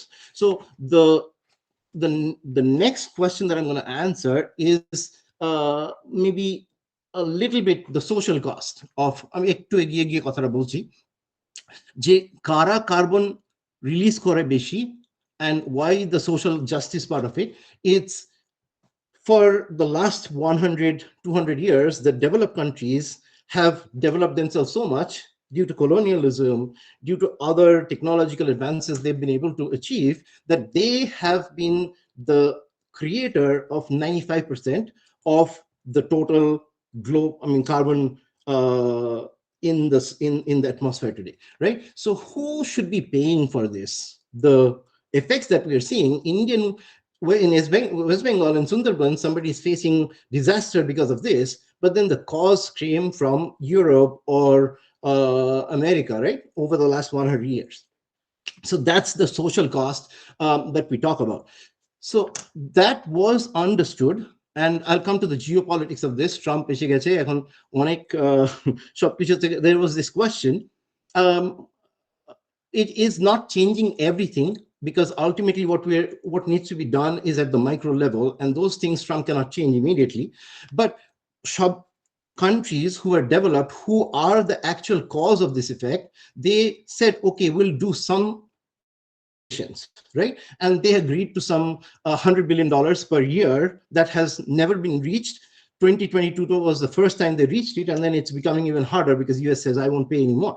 So this is why the emergency, what needs to be done and who has the capacity to pay. These people They said, yeah, I will pay something. And then they came up with a very meager amount, but that too, they are saying now they will not. So what happens to the emergency? Who takes the initiative? That is the emergency for us. So what does, again, যেরকম আমি বললাম, উনি previous speaker, he was talking from a very local perspective. I am talking from a more macroeconomic perspective. So how does climate change really affect economies, right? So there are physical risks. What we mean by physical risk is আমাদের রাস্তাঘাট ভেঙে যাচ্ছে, হঠাৎ করে বন্যা হচ্ছে, আমাদের গরম এত হয়ে যাচ্ছে যে আমরা আর কাজ করতে পারছি না, which is leading to diseases, on survival places, people have to move, migration হচ্ছে অনেক. So এইগুলো হচ্ছে physical risks. So how can you tackle these problems? The question is, what will happen 5 years, 10 years, 50 years down the line? Can we prepare? Maybe some localities will not be survivable in the long run, right? So maybe it's time to think about these risks, and if we can adapt rather than just mitigate মানে আমি যা হয়েছে সেটাতে branded লাগাতে পারি বা plaster করতে পারি। অ্যাডাপ্ট মানে আমি যদি পাটা যেখানে পড়ে ভেঙেছিল সেখানটা আর রাখলাম না, সেখানটার বদলে আমি সিঁড়িটা অন্য জায়গায় করলাম। So that is what I think is needed, and that is the physical risk part. So you have to understand, again, locals will have to educate, but then the planning needs from architectures, from the government, a lot of funding needs to be done. And that's where the problem is, that physical risk is coming from productivity losses due to climate events, right? So, and then এই যে প্রবলেমটা, তার একটা bigger problem হলো যে যদি সত্যি তাই হচ্ছে, for a lot of these companies, oil companies, manufacturing companies, Amazoner কথা বলছেন আগের speaker, how do they plan for this? And that is what we call, and even the small farmers, that the Lahori family, the Lohar je family ta ora lohar kaj kore, or the apple orchard family, even they have to understand that there are risks that's coming. So এই যে government policy change হবে, তার জন্য ওদের কি effect হবে সেটা যতদিন না তারা বুঝতে পারছে, they are going to work.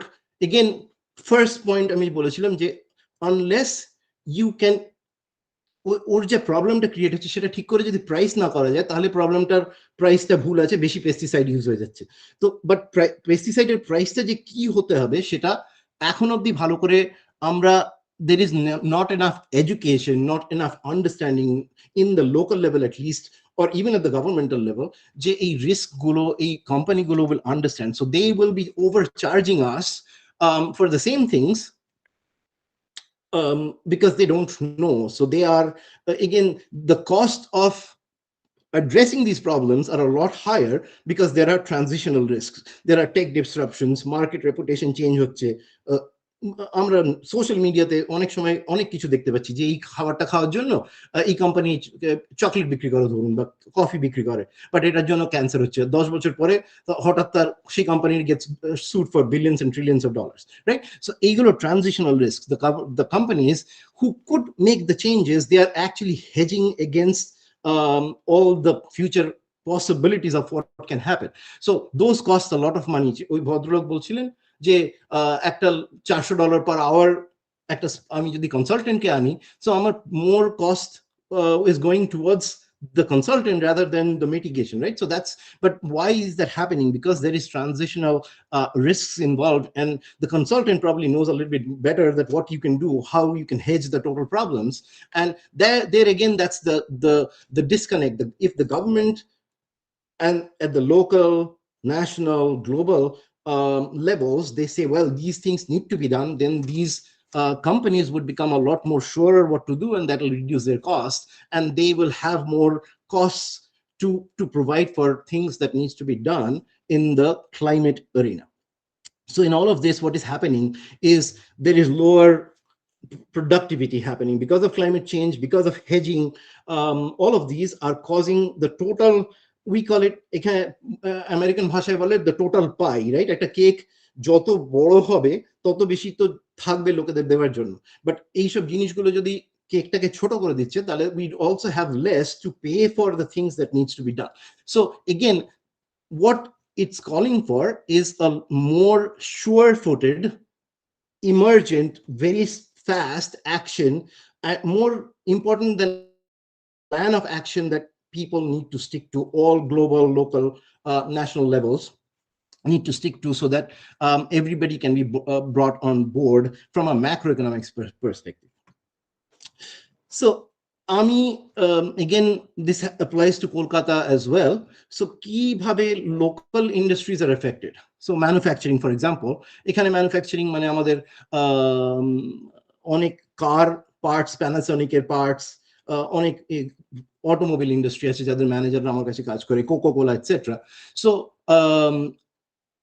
বড় ঝড় হয় আমাদের এখানে, I am sure the same thing happens in Kolkata, তাতে ইলেকট্রিসিটি চলে গেল। So what is happening? Productivity loss. There is also, I mean, even though it's not anywhere close to the level it should be, there is also a lot of pressure for green adoption.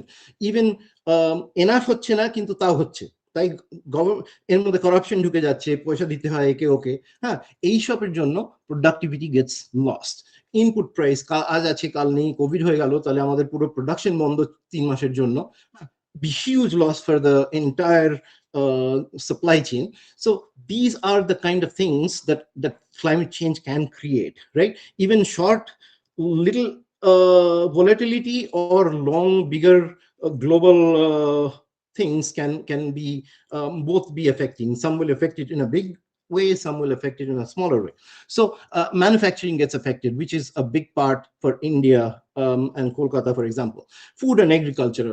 So global warming হচ্ছে, বন্যা হয়ে গেল, বন্যা হলে আমার যা চাষের এইবার কথা সেটা হলো না, সেই চাষা যিনি টাকা এক্সপেক্ট করছেন তার জন্য ওর যেটুকু টাকা বাঁচিয়ে উনি নিজের ঘরটা ঠিক রাখতেন সেটাও পেল না, করতে করতে this all of these aggregates up, right? So uncertainty because of climate is causing less planning at the micro level, which means ultimately the earth is losing out because of this. And there is hundreds of billions of dollars worth of water scarcity, diseases, air conditioning. ইউরোপে কারোর কোনো কান্ট্রির air conditioning লাগতো না এতদিন, এখন সবাইকার লাগবে। Who can afford it? Well, the richer people can. They're moving, all hotels you will see have air conditioning, but private people probably do not. So who's going to, and without, if it becomes that hot, people cannot make keep working conditions anymore, right? So that's a huge loss to society. So who's going to pay for these things? So again, applies to both food and agriculture sectors. And of course, more climate change means অনেক রোগ যেগুলো আমরা জানি গরমে বেশি হয়, সেগুলো অনেক বেশি হচ্ছে because of global warming.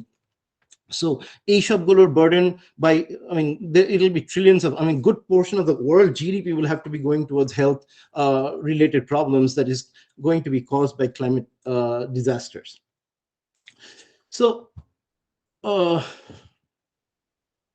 where are we in terms of the United Nations Sustainable Development plans, right? So that's the question. But remember, the first thing that we need is we need to make sure what is the cause of this problem. It's more carbon, greenhouse gases and carbon together, what it's causing. So we need to reduce that. And how can we do this? We can only do this if we can price these, whatever the pollutant, whatever the greenhouse element that's causing this global warming, at an emergent way now, at a more faster global warming scenario. We need to make sure that we price that into those commodities, be it gasoline or any fossil fuel or any other chemicals that we're using. So in the first best world, well, we যেটা first আমি বলে এসেছি যে এই জিনিসটা যদি প্রবলেমটা solve করা যায়, নেগেটিভ এক্সটার্নালিটিটা, তাহলে everything will be taken care of. Again, the answer is not simple, right? So question is, where are we in terms of that SDG plan right now, right? So what are the hindrances of that? So that is one quick, again, as a macroeconomist, আমাকে একটু এখানটা না বললেই হবে না যে আমরা এখন কত টাকা খরচা করব to reduce global warming is what we call a present value, যে আগামী 100 বছরে আমি কত টাকার বেনিফিট পাবো, রাইট? সো সেইটা করবার জন্য যে জিনিসগুলো লাগে, যে সত্যি এক টন কার্বন ডাইঅক্সাইডের কস্ট কত হওয়া উচিত ওভার দ্য নেক্সট 100 ইয়ার্স, সেটা করবার জন্য আমাদের কিছু কিছু অ্যাজাম্পশন করতে হয়। যার one of the assumption is যে ওটার কতটা ভ্যালুয়েশনটা বাড়ছে বা কমছে ওভার টাইম, বিকজ আজকের $1 মাইট নট বি কালকের $1, মাইট নট বি 10 বছরে maybe it becomes $1.5, right? So যে বলে discount rate, and there is a vast amount of discussion amongst all different fields, every field who's talking about environmental sciences and environmental effects on monetary things. They have to come across this question, যে এইটা পরের বছরের লাভটা আজকের বছরের লাভের থেকে কতটা বেশি বা কম, right? And because we are humans, we are myopic মানে আমি দূরেরটা বেশি দেখতে পাই না, কাছেরটা বেশি দেখতে পাই। So discount rates are always, they have biases, and depending on this cost itself is not a constant value, right? আজকে আমি বলতে পারি এক টনের দাম হচ্ছে $180, যেটা এখন ওয়ার্ল্ড ব্যাংক এস্টিমেট করে $198, বাট দ্য ডিসকাউন্ট রেট যদি আমি চেঞ্জ করে দিই সেটা হয়ে যাবে $480, and the assumption is then there is an assumption behind that is a discount rate. And again, we need to ঋতো দি বলছিল যে we need democratization of these understandings, right? So local government থেকে local peopleরা যদি না নিজেদের ক্ষতির পরিমাণটা ভালো করে বোঝাতে পারে government, the government cannot come back, Indian government cannot come back to the United Nations and say, well, the discount rate you are choosing is not right, because see, the future will go down this much for us if you don't take these actions, right? So এই জিনিসগুলো is the root cause of why these problems are not even considered a level playing field for everybody. সবাই ভালো করে agri করছে না যে কতটা সত্যি প্রবলেম, কতটা হওয়ার দরকার। So that is leading to the climate justice problem, and who suffers, who pays, what amount to be paid, etc. So again, আমি প্রথমে the climate emergency সঙ্গে সঙ্গে আসে ক্লাইমেট জাস্টিস, যে এমার্জেন্সিটা হলো কেন, কে তার জন্য এটাকে, একটা অসুখ হয়েছে, তার পয়সাটা কে দেবে? যে আমার ক্যান্সারটা যে রেসপন্সিবল সে দেবে, না আমি নিজের পকেট থেকে দেবো? আমার দেওয়ার ক্ষমতাই নেই, তাহলে কেউ দিল না, তাহলে সবাই everybody is worse off. So that's where the IPCC, all the United Nations global warming forums, that's what they have discussed in all the different accords that you have already heard in the news cycles. And the understanding is, see, the high income countries are a lot more responsible for where we are today. So, and the effect is disproportionately goes to the farmers in the coastal region, who are, they have never had an AC in their life, they never drive a car, they have no significant contribution to this rising effect. So who pays for this? They don't have the wherewithal to pay for these kind of problems. So এইটার জন্য there has been a lot of discussion, and then said, well, you are also growing, so তোমাদেরও কিছু তোমরাও কিছু দাও, আমরাও কিছুটা দেবো, এই যে করে ব্যাপারটার মধ্যে আসা হয়েছিল, well, that was before the emergency happened, right? And they decided, and the question is, it's going to be a little bit depressing, even with this, have we achieved anything? Actually, not really. So the goal for 2030, যেটা 100% reduction করবার দরকার ছিল, যে 1.5 degrees ইনক্রিজটাকে cap করবার জন্য, we have only achieved 52% of that, and 42% is required. So over the last 2 years, এই যে 42% এর কাটের দরকার, তার এখন actually কাট হয়েছে 0.43%, which is 1% of the entire in the last 2 years. So how are we going to get to the next 42%? Nobody knows. So yes, in terms of the sustainable development goal, who's going to pay? The richer countries might pay. Well, some of the developing countries like India, Brazil, China, they have also agreed, South Africa, who are also affected a lot more by these, they said, well, we'll also pay equal amounts. But even with that, the amount of cuts that we have got is, or that we need, we have very, very insignificant effects right now. So a 2030 emission goal, how are we going to get to this? And this brings to the the the geopolitics of this, and why do we fall short of, I mean, where we need to be? Well, একটা problem হলো, all poorer countries are getting affected, but then they say আমি খুবই poor, আমার কোনোই ক্ষমতা নেই, কিন্তু unless everybody becomes aware and they pitch in, we call this a free rider problem, যে আচ্ছা ইন্ডিয়া তো করছে, আর all OPEC countries, মানে যারা more richer countries, নর্থ বলি আমরা, তারা তো পে করছে, আমি চুপ করে বসে থাকি। Well, if that is what you do, then we call this because once the car, I mean, if it is controlled, the effect is public, right? Everybody gets the effect. The who pays for it is not who gets the benefit. We call that a public good, right? So free rider, as soon as যে আচ্ছা light জ্বালাতে হবে একটা পাড়ায়, আচ্ছা 10টা বাড়ি আছে কিন্তু সবাইকারই দরকার, কিন্তু দুজন যদি পে করে দেয় তাহলে বাকি 8জন ফ্রিতে ওই লাইটটার বেনিফিট পেতে পারে। সেই প্রবলেমটার জন্য আমাদের অনেকটাই যারা কন্ট্রিবিউট কিছু কিছু করতে পারে, there is no democratization across countries of this problem as well. So there is need to understand this problem at your level and say, well, we can also contribute. Maybe again, this is a political economy problem as well, to a large extent, because how do you come to an agreement? And that is, Amartya Sen has a lot of things that will say you cannot fix this by joint action, by democracy is a second best, right? There is no consensus, so nobody will agree to this. So that is the biggest problem towards climate policy. So, and finally, যেই কান্ট্রিগুলো সত্যি সত্যি দিতে পারে এবং দিতে চায়ও, তাদেরও সেই কান্ট্রির government finances to a lot of degree is influenced by the biggest Amazons and the Shells and Indian Oil, for example, in India. These companies have a lot more say. Geo, the Ambanis in India, for example, they have a lot more say on what the government can do, because they fund the government indirectly somehow, even though that's not how it's supposed to be. They control this, right? So even when there is agreement, well, the governments cannot. Let me take that back. Even when there is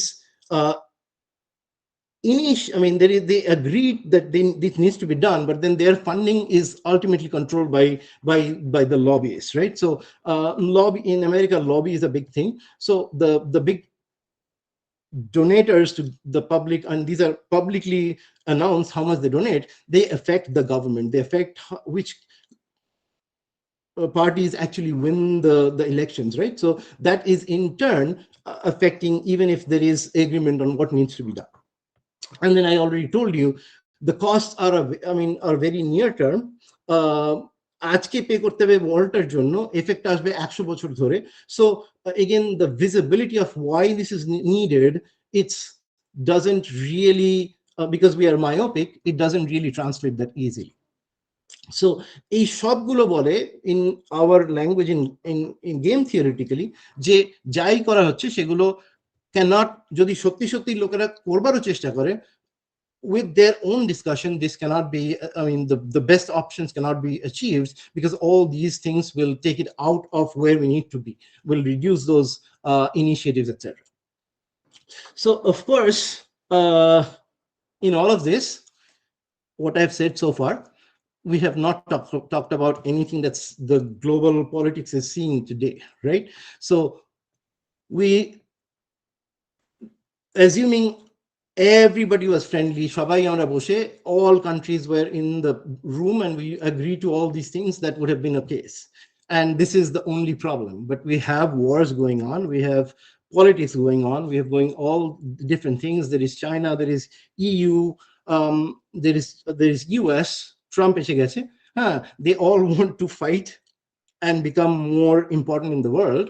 So now the question is, what does that, so ultimately the big players will be driving this, right? So, but then the big players also have their own big agendas other than climate policies and climate change, which is a huge problem for poorer people. A lot of uh,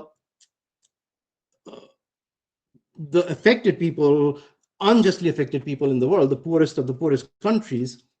But ultimately the actors, all the companies are in these big countries, right? So if these countries do not cooperate, then of course the entire thing does not work together, right? So that is the problem. And there is, now that we are seeing, okay, climate change needs more replacement of biofuels. By 2050 all countries have to be carbon neutral. Well, that means you need to pay more for electric cars, more clean energy generation. But what does that need? That needs a lot more rare minerals. And China and US and EU are all competing these in all the poorest parts of the world where these minerals are, right?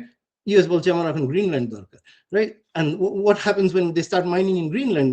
All the greenhouse gases will emit from the permafrost they were going to mess with. And that's the reality in the ground, that today what we need and what we really, I mean, need in for the future are not the same, right? So that is where the economics of this is not really aligning with what the outlook of these countries are right now. So what we are seeing is a lot more disjointed efforts. Well, EU, they are affected quite a bit, but they don't have all the wherewithal to really help and bring everybody together. They're crying, okay, we're helping Paris Accord, US ছেড়ে দিচ্ছে, they're complaining, but actually they are also part of this. They are also demanding all the batteries for their electric cars. So again, none of us are guiltless, right? So somebody asked in the previous discussion forum, what is going to happen with Trump? So this is my take on this. Yes, in terms of the short-run goals of the Sustainable Development Plans for the UN, it is really a setback that US said, okay, I'll quit the Paris Accord. I will quit all multilateral 65 international organizations that it was part of, that I'm quitting, and I'm not going to pay any money for that, right? So, but does that, yes, in the short run, that changes things because there is less money. But if we know what needs to be done, again, এখানে ঋতব্রতর কথাটা আমার খুবই I like যে the local governments need to say what is the long-term plan. And when you know what is needed, maybe even if the US doesn't pay, then the smaller countries who are more affected, they can see the problem more clearly and they can come up with this funding. So the answer in the short run, yes, this is a setback, but in the long run, maybe we can be more proactive to understand what the needs are, so that even if one player says, I am not part of this, and he can do whatever he likes because there is no way to stop him, well, we can still get back to our goals and see how we can correct our own paths to get to where we need to get. So that is where I think, even with the geopolitics, this has to be beyond and above geopolitics, and everybody needs to understand that. So even if one player, maybe Trump is saying that he won't do, but what happens if there is a disease in America and they really cannot pay for the next 5 years? Will our climate goals all go away? No. How can we need contingency plans for those kind of things. So ultimately, just to wrap this up, so what are the good sides and the bad sides? Again, I have told you a lot of things যেগুলো খারাপ লাগছে শুনতে, যে এই বাবা এই জন্য এত problem, but there are good sides to this. Again, if the local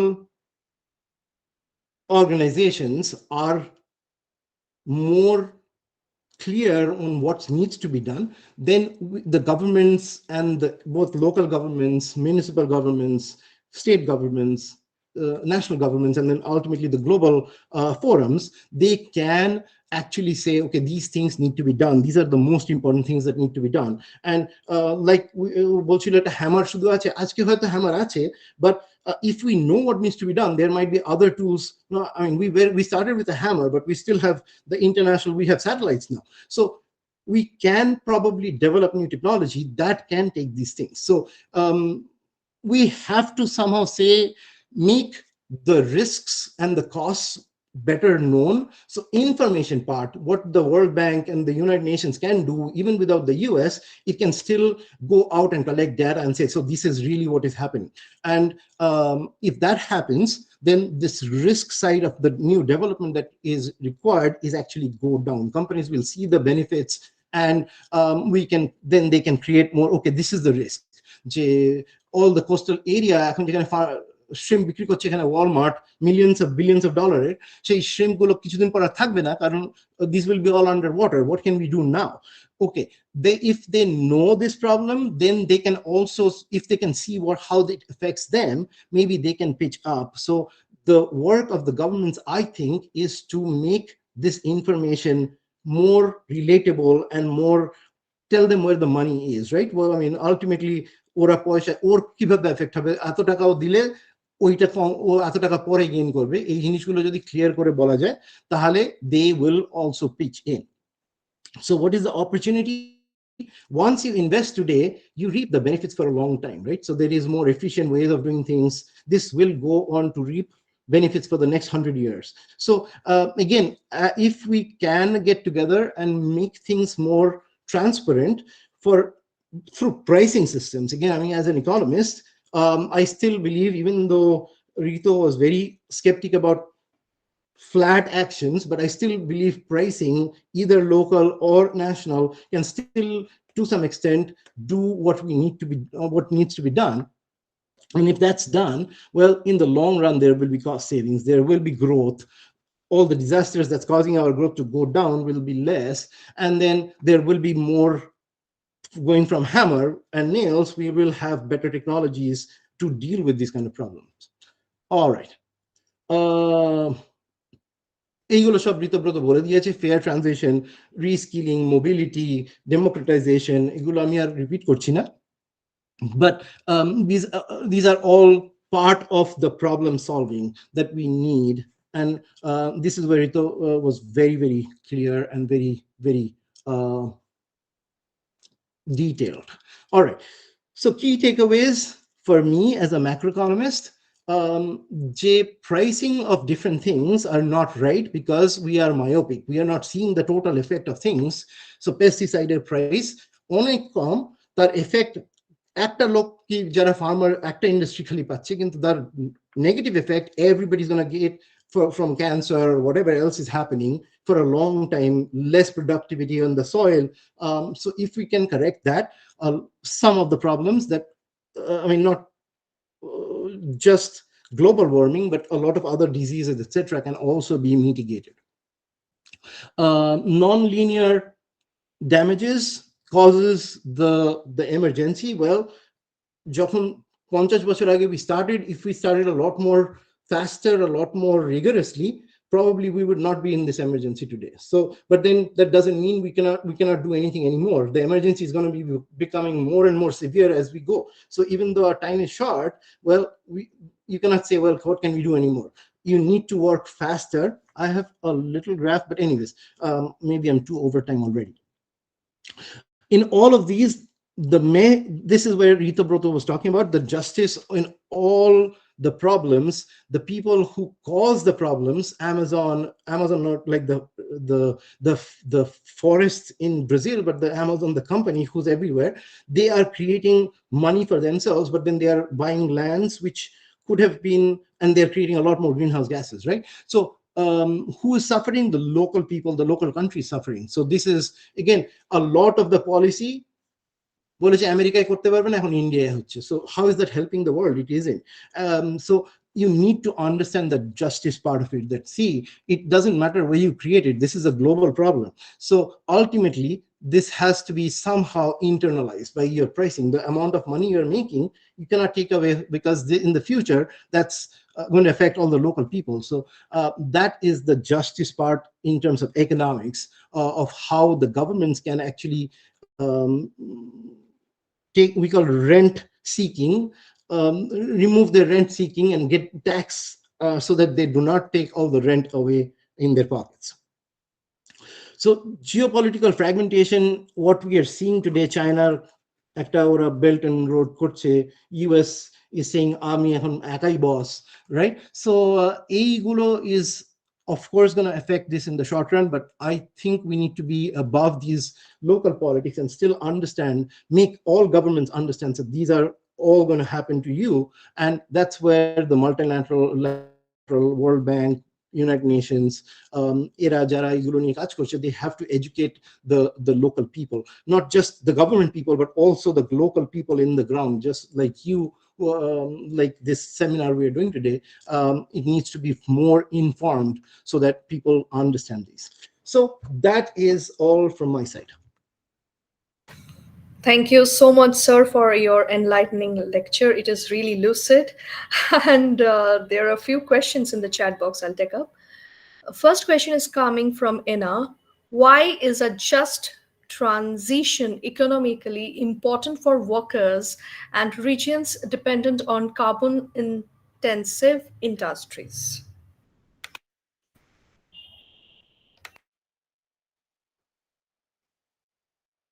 It's a very good question. And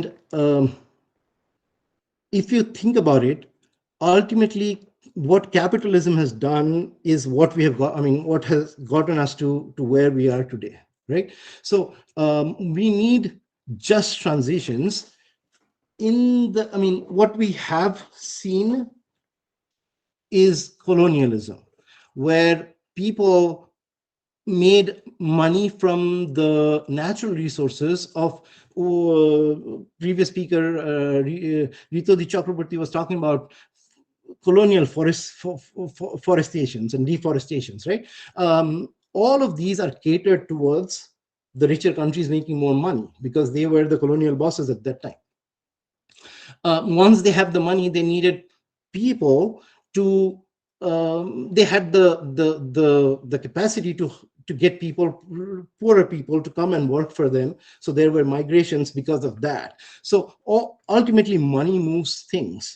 And when they did this, these, think of Silicon Valley, they created all the everything that we are seeing today, all the global warming that's happening. Well, who has really driven this? This has been driven by the talent all across the world, because Silicon Valley had the technology at that point to develop further technologies, and they were paying big money for this. So was this a just way of doing things? Well, not really, because if these talents were in if they knew what was going to happen because of what the US was doing back in the 1970s and 80s, that has led us to this, in today where we are, well, maybe a lot of those talents would not have come to the US and developed those talents in the first place. Is that a good thing, bad thing? I mean, everything has a good side and a bad side. The point is, well, India has a lot less talent to kind of to have. Firstly, these people are more bigger earners, more human capital people who moved, so they have less money. So Indian government has less money to tackle problems like this. And ultimately, if those people were there, I mean, not just the tax part of it, they would have created a lot more capital assets in India, for India, which would have been better. So I don't know if I'm answering your question, because it was a little, I mean, vague to me, but this is what we mean by, yes, when we have new plans coming up, we need to understand what is the I mean, in all of this, the climate change aspect of these new plans, right? And we have to price those correctly so that we have more just distribution of people and migrations and industries as we plan for the next 100, 200 years. Thank you, sir. Next question is coming from Shomit Das, who is asking, how do non-linear climate damages challenge traditional risk assessment and cost-benefit analysis models used in climate policy? It affects a lot. And as we speak, those non-linearities are itself changing very rapidly. What we understand of today of how non-linear it is, tomorrow it might change, because a big chunk of a glacier or a huge ice block in the polar region starts melting and breaks away. When that happens, huge amounts of gases, huge amounts of microbes, bacteria, fungi, that are stored in these from billions of years, trillions of years, are going to come out to the atmosphere, right? So it's a huge thing, because a lot of those things are unpredictable. So the immediacy, as we see it, we did not see it as clearly as we see it today, because all of these things have these tipping points that we call them have happened, without the understanding of what the mathematical models we could have had for those, right? So to that perspective, I think the climate, again, মন কলা খাবার কথা বলে বাংলা একটু ঠিকই, but I think we need to be a lot more aggressive in our discounting, etc., to mitigate those risks that you're talking about. How this risk of non-linearity affects the climate planning. Well, those risks are not taken care of fully, at least it has not been so far. And the problem with this, the people who matter, they don't even believe the risk in the first place. When you tell them, no, the risk was 10%, now it's 25%, well, they don't care anyway. So how do you make them care? That is more important. The answer is two parts for them. That yes, it really matters. It's very risky, because if we do not, then the things we could have done and we could do in the short time that is left for us is going beyond our capability. But then that what we think needs to be done might itself change, right? So we need to somehow account for that. So the risk is real and the risk is underestimated. Thank you, sir. The next question is from Srijita, who is asking, can you please explain how can firms convert climate challenges into business opportunities? That is a very good question, and one that I do answer a little bit more capitalistic way, if you like it. I teach global managerial economics. Global managerial economics teaches that, see, in the US, greenhouse taxes are a lot higher. So where can you go? Even in India, it's becoming higher. China is becoming higher. Maybe you can do work in Africa. And is that a positive thing for the company? Yes, it's a positive thing. Of course, assuming you have taken care of political risks, all other social, etc., risk, educational risk.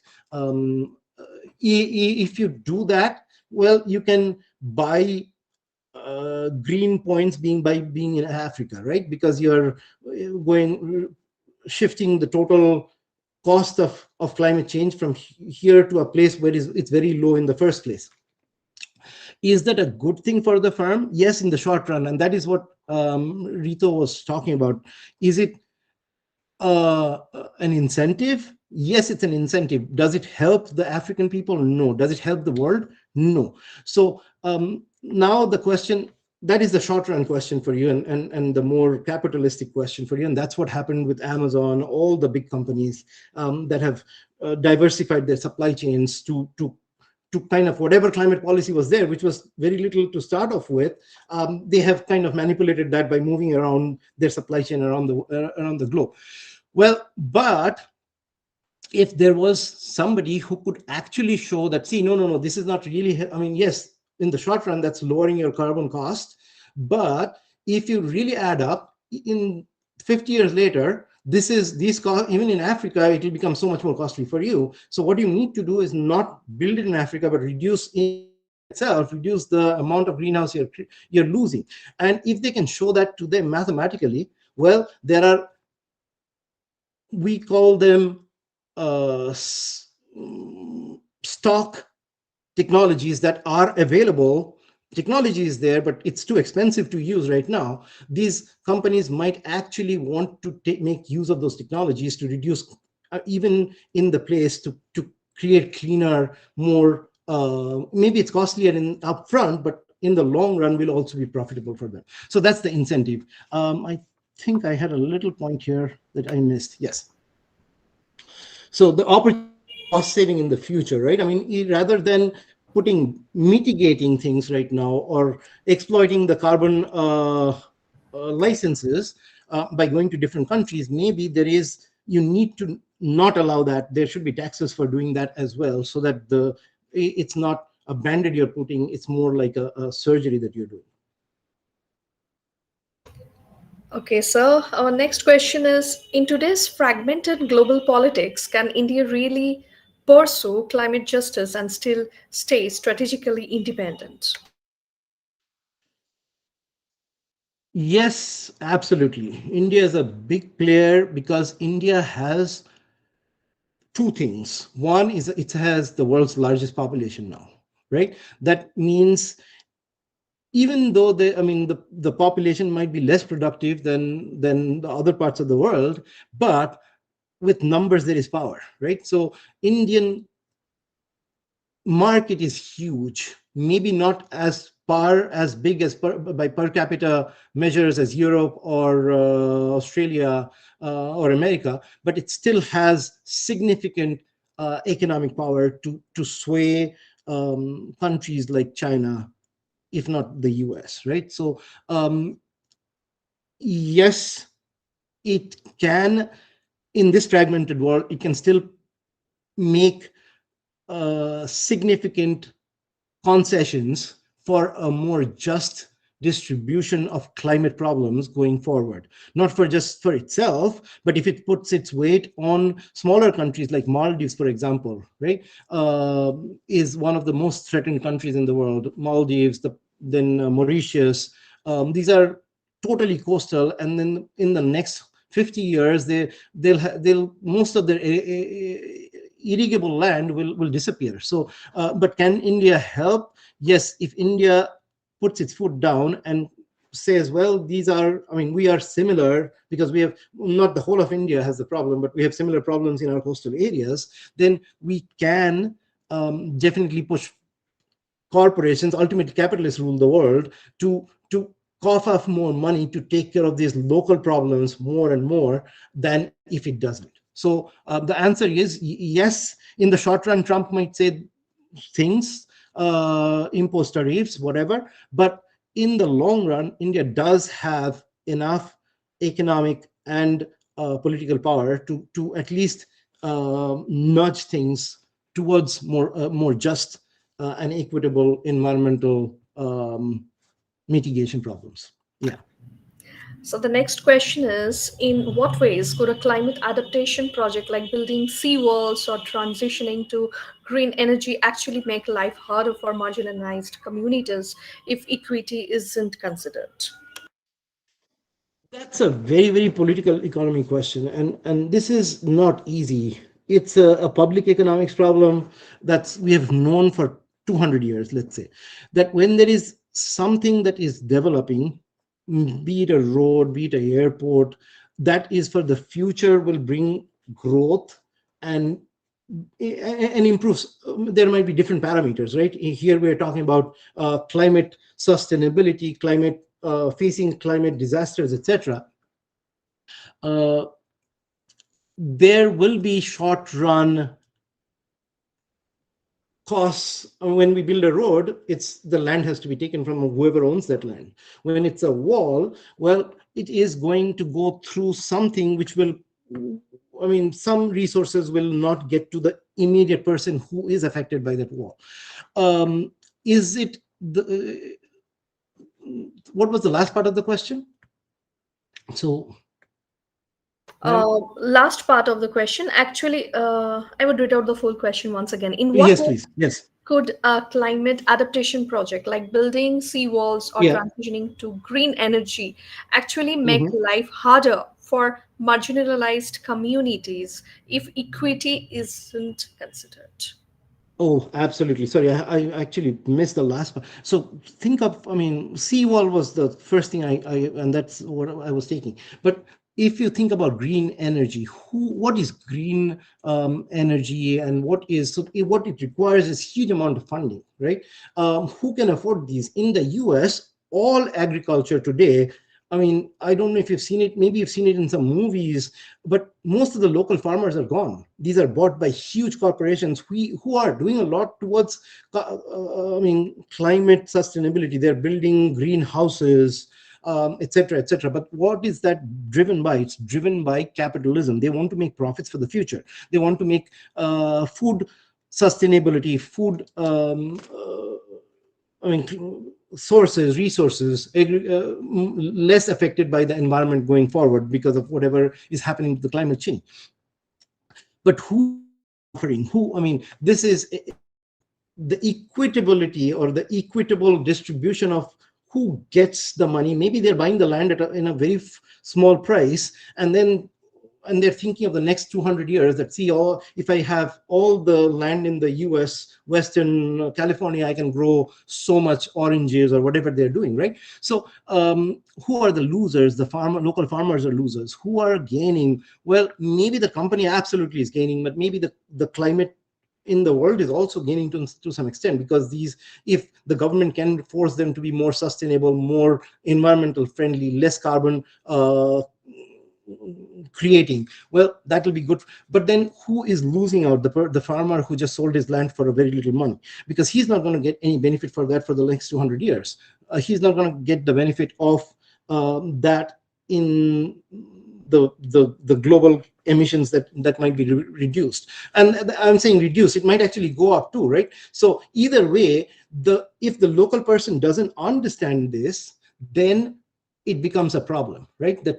And most of us, even us who are college educated, most of the farmers that you can think of in India, in the US too, they do not think of this like we do. So it is the work of the local, Rito was talking about local governments, right? It is the work of the municipalities to explain that, see, these are the repercussions. So this is not the price you should be paying it for what you're doing, but this is a more equitable, just future looking price that should be correct. And there are both sides to it. And the farm who's getting into this investment, they also have that. I'm sure they're a lot better equipped to understand that, and if they are that final price is more fairer and equitable, they would still make money out of it. And it's just not taking everything to myself, right?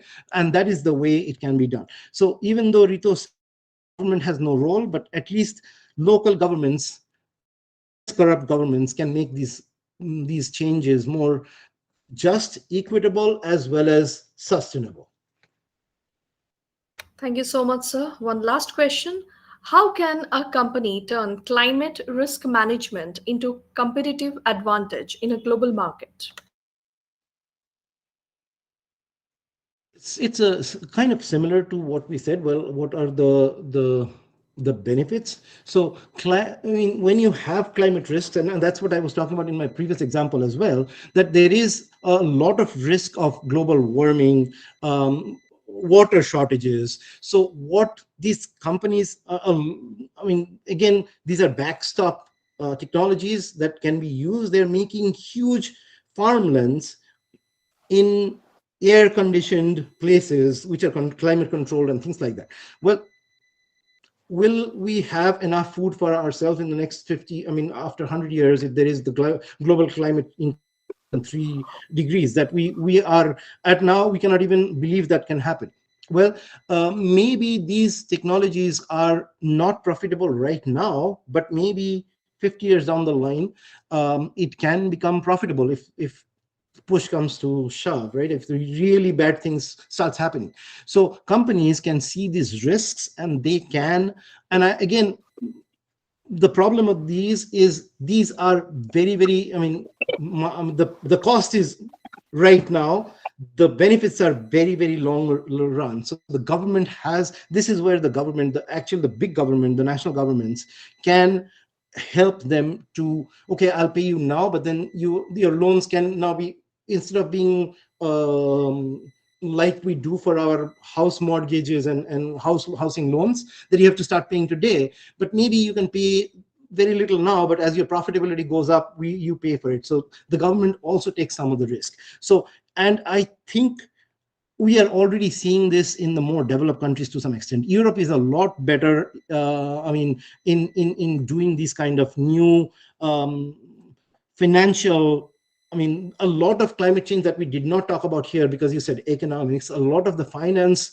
people are also dealing with climate change, and they're pricing bonds for companies, etc., to incorporate these risks. So maybe there is a huge role for the financial sector to kind of make that profitability happen, because these backstop things that will improve climate change in the future is not profitable today that much, but it will become more profitable. But there is a risk in built, right? It's just like stocks. We pay some money, the company can go down, but when the company really does, I mean, we have some facts, but then some companies make a lot more money, and most of the companies who start, they actually disappear, right? But the bigger companies, if you invested $100 in Bitcoin in 2008 when Bitcoin started, you would have more than $1 billion today. Did you know that? Well, I'm just talking about that, right? So it can be very, very profitable, but it's also, profitability comes with risk.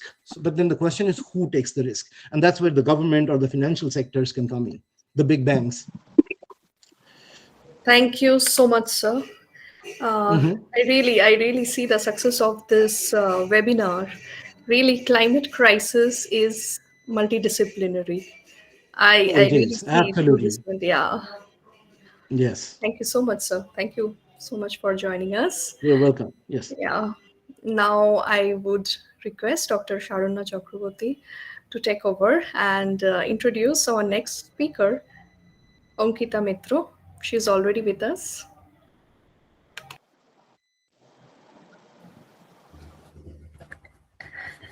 Uh, our next speaker is Ankita Mitro. Ankita has completed her MSc in Environmental Science from Pondicherry University and MS from IIT Kharagpur. Presently, she is a PhD candidate in quantitative forest ecology at the Forest Advanced Computing and Artificial Intelligence Lab at Purdue University. With over 20 publications and over 300 citations on Google Scholar, she has expertise in spatial data handling, high performance computing for large scale data handling. She is an educator and instructor of quantitative methods for forest resource management at Purdue University. She has research interest in carbon accounting, forest inventory management, ecological modeling, forest ecology, statistics, machine learning, spatial analysis, remote sensing, etc. So, ma'am, over to you. First of all, thank you everyone for joining today and for this kind invitation. I'm excited today to talk to you about my research experience. আমি কিভাবে শুরু করেছিলাম আমার research in environmental science, and a little bit about an introduction to climate change, are one of my very first papers on climate change here in Purdue University. So with that, let me share my screen. Let's see.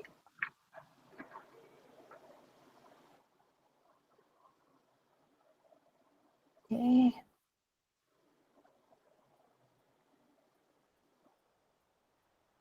Okay, just to confirm, আমার screen কি visible before I start my talk? Hi, ma'am. Okay. Hi, ma'am. Visible. Okay, great. So once again, good morning, everyone. As I was introduced, আমার নাম অঙ্কিতা মিত্রা, আর আমি course পড়াই এখানে Purdue University in US, and I specifically teach two courses. One is how to handle big data, like large global ecological data sets using AI, because otherwise, like our computers, our laptops, like cannot handle all those local, like large ecological data sets, right? So that's why we need AI, and that's why we need what we call as supercomputers, which can handle like large volumes of data.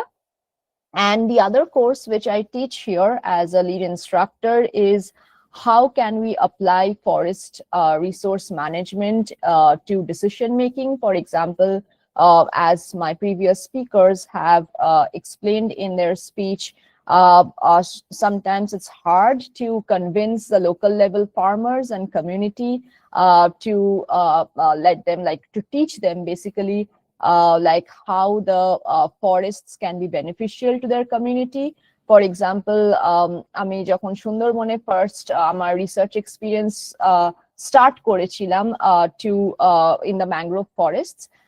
So I had an experience to basically educate those local communities to make them understand how mangrove forests can truly be beneficial to protect those coastal systems.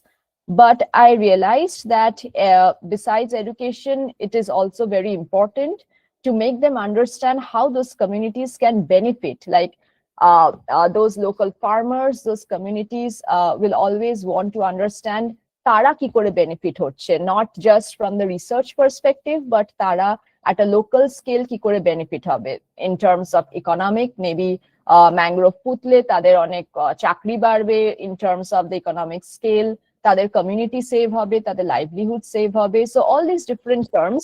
So I teach in one of the courses, giving different case studies from India and from US. And my research, so parallelly, I'm doing my PhD and close to finishing my PhD this semester. So my research focuses on building high resolution maps of global forest and how biodiversity and forest structure can influence the carbon storage. So what that means is my research sirf finding a stop hocche na, I also prepare tools and maps as the end products, I would say, so that সেই maps গুলো দেখিয়ে community তে at a local scale farmers দেরকে দেখিয়ে I would help them understand that দেখো এখানে এখানে পুতলে এই স্পিসিসটা পুতলে it would be more beneficial for the community at a local scale.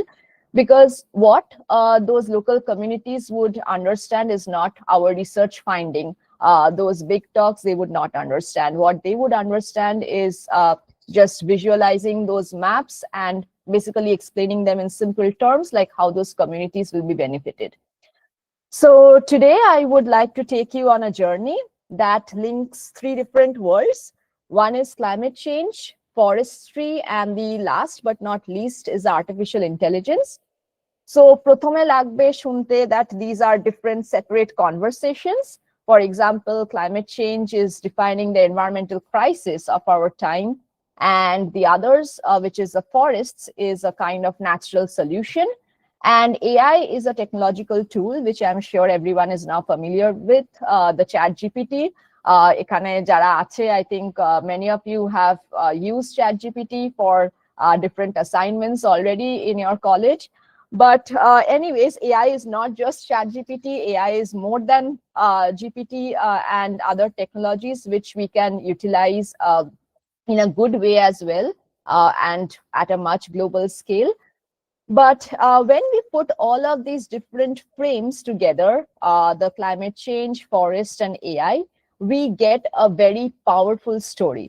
So in this talk, I would first start to begin with how the challenge of rising greenhouse gases has occurred, and then move towards forests as nature's climate solution, because I mean, there are other different ways of climate change protection in terms of nature-based as well as technological-based. But আমার রিসার্চটা is more of nature-based climate solutions, যেখানে আমি forests নিয়ে কাজ করি specifically. And finally, আমি একটা case study Dev again, where I used AI to map the planted forests in Korean Peninsula. So basically, that project, like I would talk about it in my later slides. So যেখানে আমি AI দিয়ে কাজ করে USA বসে জানতে পেরেছিলাম যে কোথায় reforestation efforts গুলো হয়েছে in the entire Korean Peninsula. So the flow of today's presentation of mine is quite simple, starting from crisis to solution and then to innovation. So a brief background about my career journey. As I was introduced, আমি এখানে course instructor, দুটো course পড়াই as a lead instructor and teaching assistant. And আমি final semester of my PhD in Department of Forestry and Natural Resources, Purdue University তে. And my I mean, introduction to first carbon science, like forest carbon science, started যখন আমি bachelor's পড়তাম University of Calcutta, specifically Ashutosh College. And I would like to thank each and every professors from that time till now, because ওই time থেকে it started my motivation, I would say, to pursue my career in climate change and environmental science. তো তারপরে আমি masters করি at Pondicherry Central University and IIT Kharagpur based on climate change and then CSIR labs. তারপরে আমি প্যানামায় যাই to work with the local forests of in the Panama tropical forests, and সেটা a very unique experience ছিল because that was my first time kind of moving into the tropical forests of Panama, working with the locals of Panama, and helping them understand like how different tropical species can benefit those specific communities at a local scale. And তারপর আমি PhD start করি here, and also আমি instructor role pi at Purdue University in the United States. So just to give a brief background and a bit of motivation, তোমরা এখানে যারা আছো and have taken up environmental science in your career, there are a lot of opportunities in this particular subject. First, এটা এখন interdisciplinary, and therefore you can get a lot of exposure in different countries and do workshops, and তোমরা যেখানে policy makers, scientists, researchers এর সাথে কথা বলতে পারো about getting more data and strengthening the global kind of database, because ultimately তুমি AI use করো or any other modeling use করো, the data behind the model is very important. So getting the data is very crucial in each and every step, whether you do research or whether you are training those local farmers. And so in climate change and also like in different other sectors, there is plenty of opportunity to interact with different experts. For example, আমি recently last year আমি রোমে গেছিলাম in FAO, in Food and Agriculture Organization, যেখানে I specifically interacted with the experts and gave a talk on how can we improve global carbon modeling using AI and large inventory data. And besides that, আমি Purdueতে এখানে international workshops organize করি, where we basically bring in different collaborators, because to get the data নেওয়ার জন্য from different countries, যখন তুমি global level কাজ করছো, it's very important that you collaborate and you have good connections with different industries, companies যারা তোমাকে data দেবে, and even the local level kind of foresters jara, to convince them. Basically that is very important, to convince them to get those data, because onek shomoy like in the global south, specifically in Africa and in fact some parts of India, I would say, they are very conservative. Tara data dite চায় না, like তারা ভাবে আমরা data দিলে আমাদের কি benefit হবে. So it's very important to convince them at that point of time যে ডেটা পেলে আমরা এই জিনিস দেব, and সেখান থেকে এই ভাবে the community or the ecosystem as a whole could benefit. So basically a workshop moderation, we bring in these different collaborators and strengthen this and help to strengthen this global data infrastructure that my research is specifically focused on. And another thing that I would like to highlight here and motivate specifically the young researchers is that there are plenty of awards and fellowships and grants in the field of environmental science and climate change. Like আমার bachelor's degree থেকে আমি যখন master's এ যাই, there is a fellowship which I'm sure everyone here or some of you here would be aware of, the DST Inspire Fellowship, and that is a very useful and like kind of significantly turned milestone in my career that helped me pursue my current research, like not my current research, but my research in the IIT Kharagpur when I started, and a bunch of other different fellowships with climate change research coach, and it's a kind of a very interdisciplinary and a hot topic, I would say, in today's world. Although like our previous speakers have mentioned, like এখন different like kind of political decisions cholche, but I'm sure like these would continue at the back end as us like climate change researchers, and we would continue with improving the climate with the use of different natural based as well as technological based solutions. So again, to start with today's presentation, আমি first বলবো what are the different drivers of climate change. So when we talk about the drivers of climate change, আমাদের first মাথায় আসে all those different industries, those factories which emit which emit carbon dioxide into the atmosphere. And yes, definitely, like industrial emissions are the largest contributor, of course, of climate change. But we need to be aware that there are other important drivers too. Like industries are not only the one and the only important factor. The other important drivers are agriculture, for example. আমরা যে চাষ করছি গ্রামে and other local communities এ যে চাষ হচ্ছে সেখান থেকেও climate change and global warming এর different impacts হয়. For example, agriculture is a major source of methane emission. Rice paddies and livestock থেকে, which emits nitrous oxide from fertilizer use. And egulo, they are more powerful greenhouse gases, like far more, I would say, potent than carbon dioxide in the short term. And তারপরে land use change তো আছেই, especially deforestation, forest কেটে ফেলছি, গাছ কেটে ফেলছি, industry বানাচ্ছি, big buildings বানাচ্ছি, like কলকাতায় নিউ টাউনে বড় বড় buildings উঠে যাচ্ছে, and lots of other things which are happening, like cutting down the forests and economy বাড়াচ্ছি. But cutting down forests for industrial expansion and like other purposes releases the carbon which are stored in the trees, like গাছ একটা big amount of carbon store করে নিজেদের like different parts, say for example leaves, trunks, the barks, as well as the other parts of each and every individual tree stores different volume of carbon, I would say. So গাছ কাটলে carbon dioxide level to বাড়বে, because the those trees cannot store the volume of carbon dioxide. So it's a kind of double hit, I would say, like less storage of carbon and more emissions of carbon dioxide from the atmosphere. So the story of climate change doesn't come from one source alone. So it's a combination of different activities, as I mentioned, industries, agriculture, land use change, and which together pushes this greenhouse gas concentrations to levels that our planet hasn't seen in millions of years, I would say. So to understand how unusual today's carbon dioxide levels are, we would step back in time and look at this long-term record of the Earth's atmosphere.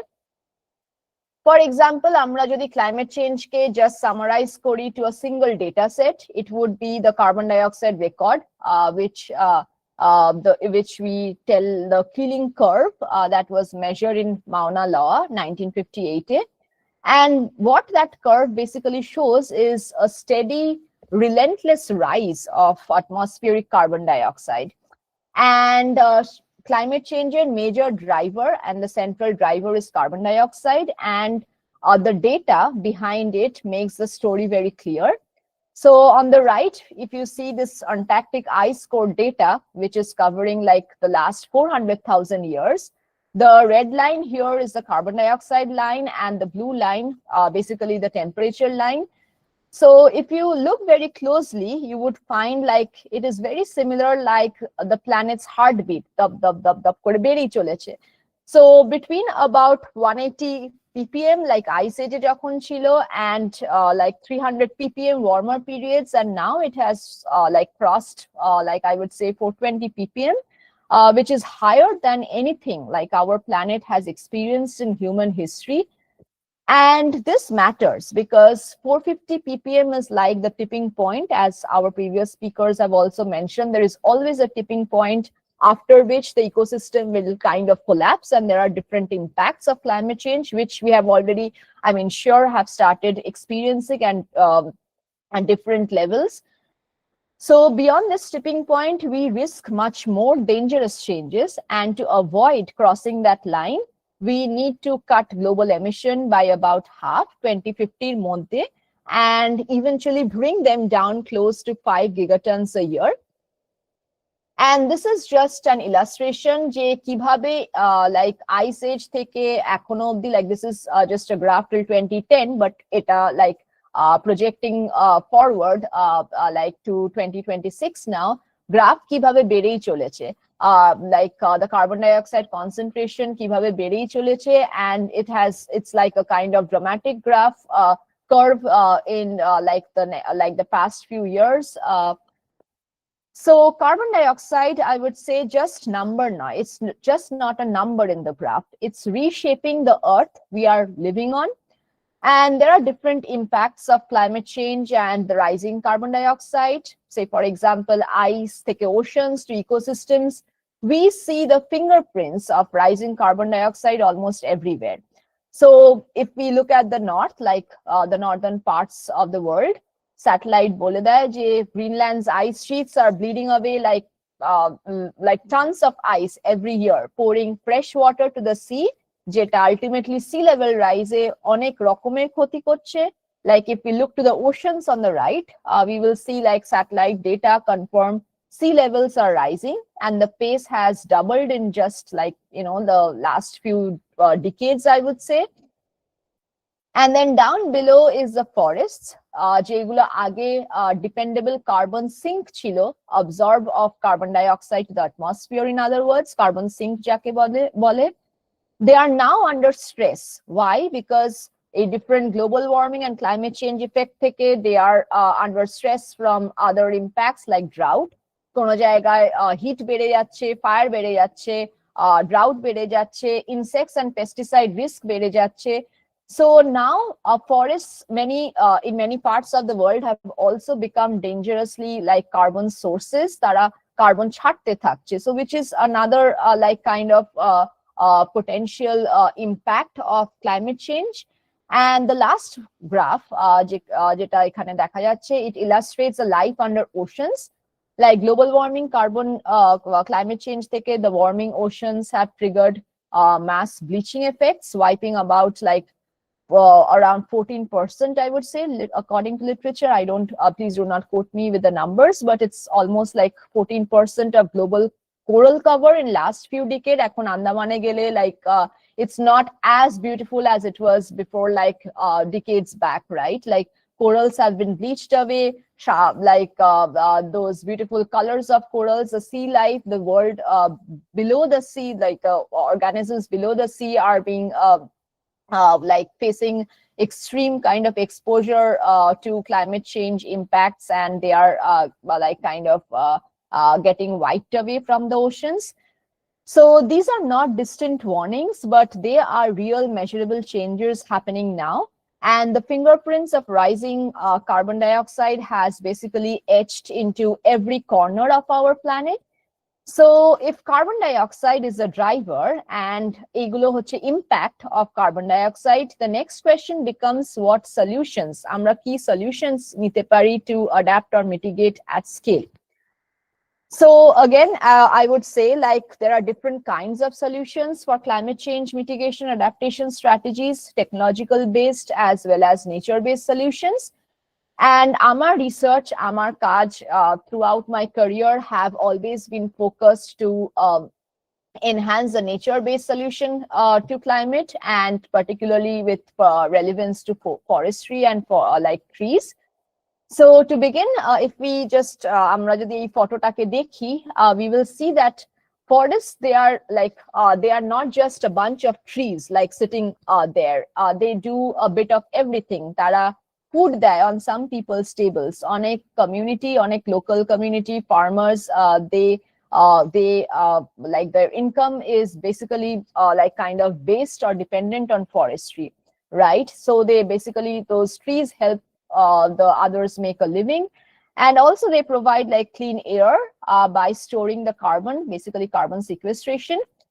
And they do not just stop there. They are like the nature's pharmacies packed with medicinal plants. I'm sure in India there are lots of medicinal plants like neem, turmeric, for example, common examples. আমি যখন tropical forest Panama গিয়েছিলাম, like I was like very astonished to see like আমার কোনো পোকা কেটে গেছে, and those local communities, they are just kind of providing me কোন একটা particular গাছের কোনো পাতা দিয়ে, they said like এটা যদি তুমি rub করো, like this will kind of go away the ওই particular পোকার যাই kind of disease or impact ছিল. So I mean there are a lot of medicinal kind of plants that are around us, and they are key players in keeping the land full of life.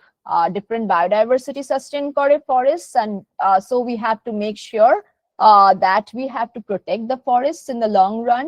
So when we talk about forests in research, we are talking about all these super important multitasking ecosystems that we as human beings we rely on, and not just the air we breathe, but for a whole lot more.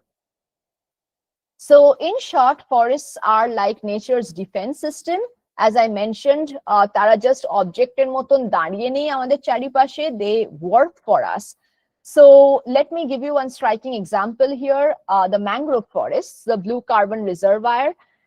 In other words, so আমার first experience mangrove ফরেস্টে masters এর সময়, যেখানে আমি সুন্দরবনে গিয়ে কাজ করেছিলাম, and to basically understand the different reforestation efforts that are going on in Sundarban. So a brief background of what these forests look like. So a mangrove forest is specific feature ache, which are pneumatophores, are the roots, they look like as if they are walking on the water. So besides storing huge amount of carbon, these mangrove forests, they act like natural storm barriers. Bay of Bengal er kache jekhane the Sundarban, like the Indian part of Sundarban is present, ওই পার্টটা it faces like tremendous impacts of hurricane or typhoons and cyclones. Like আমফানের সময় আমি যখন ছিলাম, there have been a lot of destruction in those communities, but mangroves, they absorb the force of waves and winds, and they reduce the damage to those coastal communities. So these mangroves, they protect millions of people and save like kind of billions of dollars in terms of economy as well, in avoided storm damage every single year.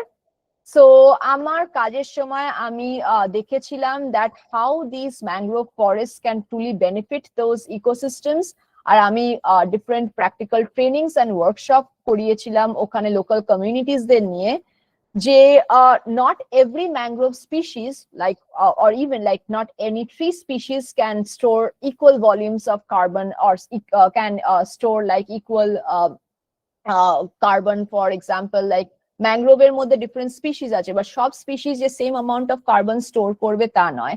So basically, to plant the right species, the right mangrove species ঠিক জায়গায়, like again, like সুন্দরবনের সব জায়গা যে equally ecologically sustainable to for the right kind of species এমনটা নয়. So basically doing research ki কোন সাইটটা suitable for which kind of mangrove species was very important, and to train them and educate those local farmers and communities ki tara ki benefit pabe. Like if I plant this kind of species in this particular site, tara kibhabe benefit pabe in terms of economy as well as ecological perspective. সেই community কি করে বাঁচবে in the next years যখন ওই গাছটা grow করবে through different reforestation or forestation efforts, সেই community কি করে বাঁচবে, that training and education was very important. But here is the challenge. If we want to harness forests or use forests like these as part of the climate solution, আমাদের জানতে হবে like where those forests are, কিভাবে সেই forest গুলো change হচ্ছে over the time, and কোন forest কতটা amount of carbon store করছে. সো আমি ইউএসএ বসে আমি যদি ভাবি যে আমি সবকিছু জেনে ফেলবো যে আফ্রিকায় কোথায় ফরেস্ট আছে and কোন গাছ কোন volume of carbon dioxide store করছে, it's not possible, right? So here is where the data and the artificial intelligence part come in, যেখানে the remote sensing data specifically like give a huge advantage.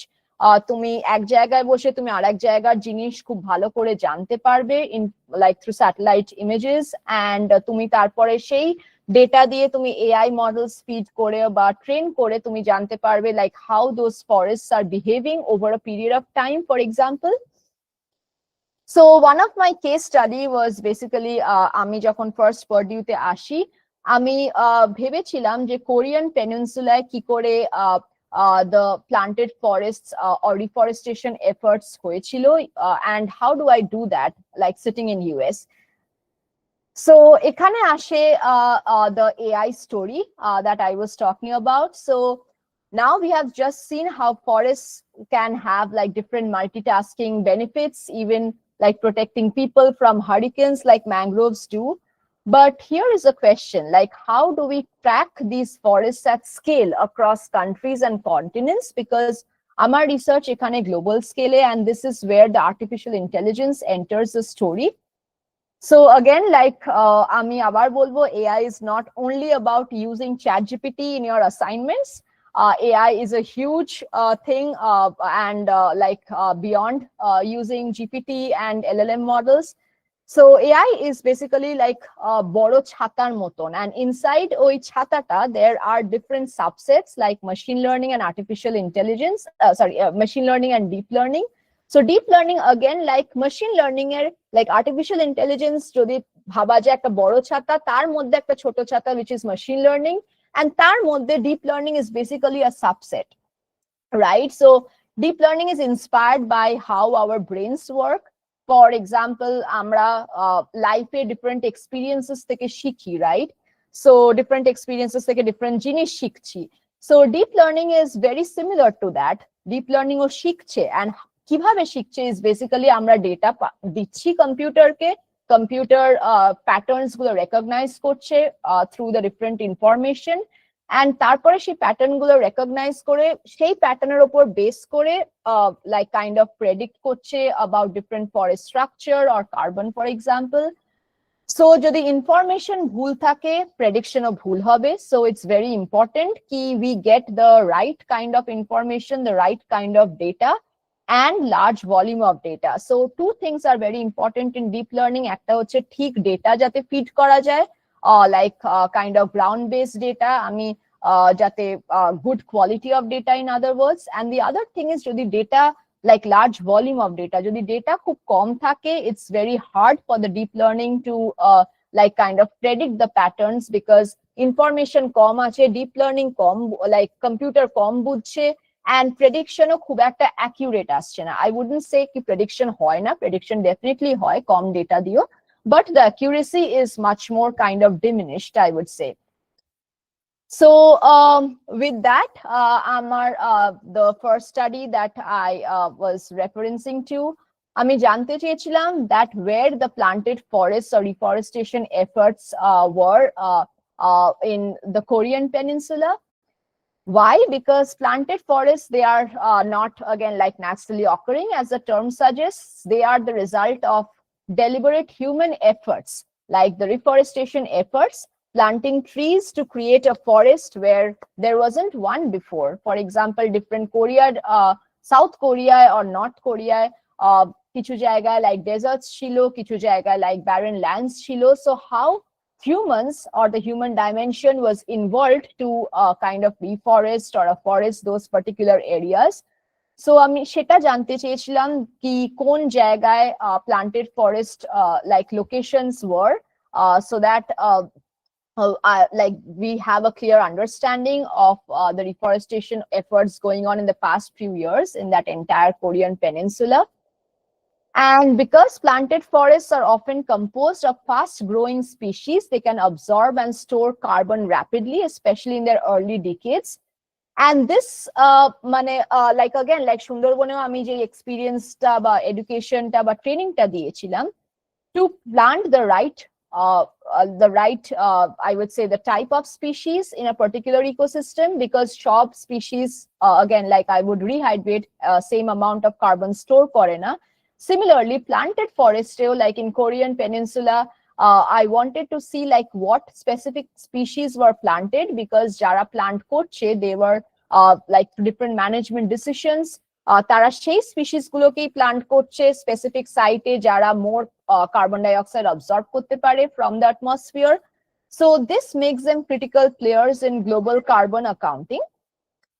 In fact, many countries nowadays, they rely on these reforestation efforts in part of their climate mitigation strategies under Paris Agreement.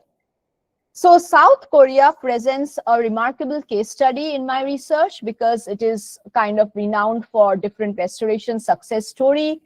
যেখানে আগে land ছিল না, তারা গাছ পুঁতেছে, and কিভাবে like গাছ grow করে carbon like climate change mitigation and adaptation strategies উপর এগিয়েছে। And however, আমি কেন জানতে চেয়েছিলাম কোরিয়ার specifically was because south Korea তো থেকে ইনফরমেশন পাচ্ছি using different data collaborators, but north Korea again like due to different political scenarios সেখানকার picture was very unclear. Like ওখানে কি চলছে, ওখানে কি হচ্ছে was very unclear to the researchers because of limited data and accessibility. Our knowledge of forest areas in North Korea was very incomplete. So a challenge to address করার জন্য we wanted to use deep learning like South Korea data থেকে and North Korea sparse data থেকে we wanted to use AI and predict কি কোথায় entire South and North Korea planted forest efforts and coverage হয়েছে। So to do that অনেক রকমের deep learning models আছে, আমি technical ডিটেলসে যাচ্ছি না, বাট অনেক রকমের ডিপ লার্নিং মডেলস আছে to identify which model is best, because তুমি যে কোনো একটা মডেল তুমি ইউজ করলে এন্ড তুমি জানতে চাইলে সেরকম হয় না। So to understand which is the best deep learning model, different models compare করা হয়েছিল and the best model select করা হয়েছিল like whichever performed better in terms of accuracy to predict like where the planted forest locations were across the entire Korean peninsula. And then this is just an example to show like how different models that we have performed and which model performed best in terms of accuracy to project and predict the planted forests in the entire Korean peninsula. And finally, I would like to highlight this particular map here, যেটা like kind of বোঝায় কি planted forest locations কোথায় কোথায় আছে northern as well as the southern parts of Korea. And the findings and the predictions from the model was kind of expected and obvious because এই যে এই particular partটা যেটা point out করা হয়েছে Korea, I don't know like if the arrow is visible, but a particular pointটা is basically the demilitarized zone or the DMZ zone যেটা আমরা বলে থাকি, and এখানে like human like kind of presence is very limited or rather none. তো তার জন্য আমরা এখানে দেখতে পাইনি in terms from the predictions from our model, এখানে আমরাও দেখতে পাইনি যে planted forest efforts were মানে হয়েছে। So our model basically did not identify the planted forest within this particular demilitarized zone, which again like is an expected finding given the known of like human managed ecosystems in this particular secure and restricted area. And আমরা যখন zoom in করে satellite image দিয়ে দেখেছিলাম কি demilitarized zone কি হয় actually, so we found that there are these army base camp and air force bases or naval stations, so human activities is almost absence or very limited. So তার জন্য different restoration or reforestation efforts এই particular zone হয়নি। And again like the good part is paperটা recently like last কিছু বছর আগে publish হয়েছে and the government of Korea was very like kind of appreciated আমাদের এই research effortটা because they can plant accordingly at different like management scale কি কোথায় next plant করা উচিত, কোথায় different type of species plant করা উচিত কোরিয়াতে, and they can move forward basically. So with that, I would like to stop here and thank you once again for this particular session, and I would like to take any questions that you may have. Thank you, Ankita, for taking us into the ecological perspective of the climate change scenario. I don't see any questions in the chat box. আমি খুব introductory and brief ভাবেই বলার very broad স্কেলে বলার চেষ্টা করেছিলাম because I didn't know like কি রকম অডিয়েন্স থাকবে, the undergrads and the bachelors, if they can you know like consume all those different technical details. So খুব ব্রড ভাবে বললাম, বাট ইয়া যদি কারোর কোয়েশ্চেন থাকে I would be happy to discuss. I'll just check out for the questions. Sure.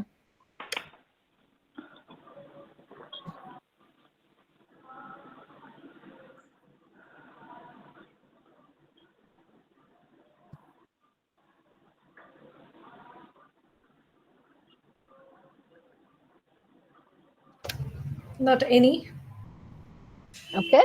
but we'll get back to you through your mails if there are Yeah, any sure. questions.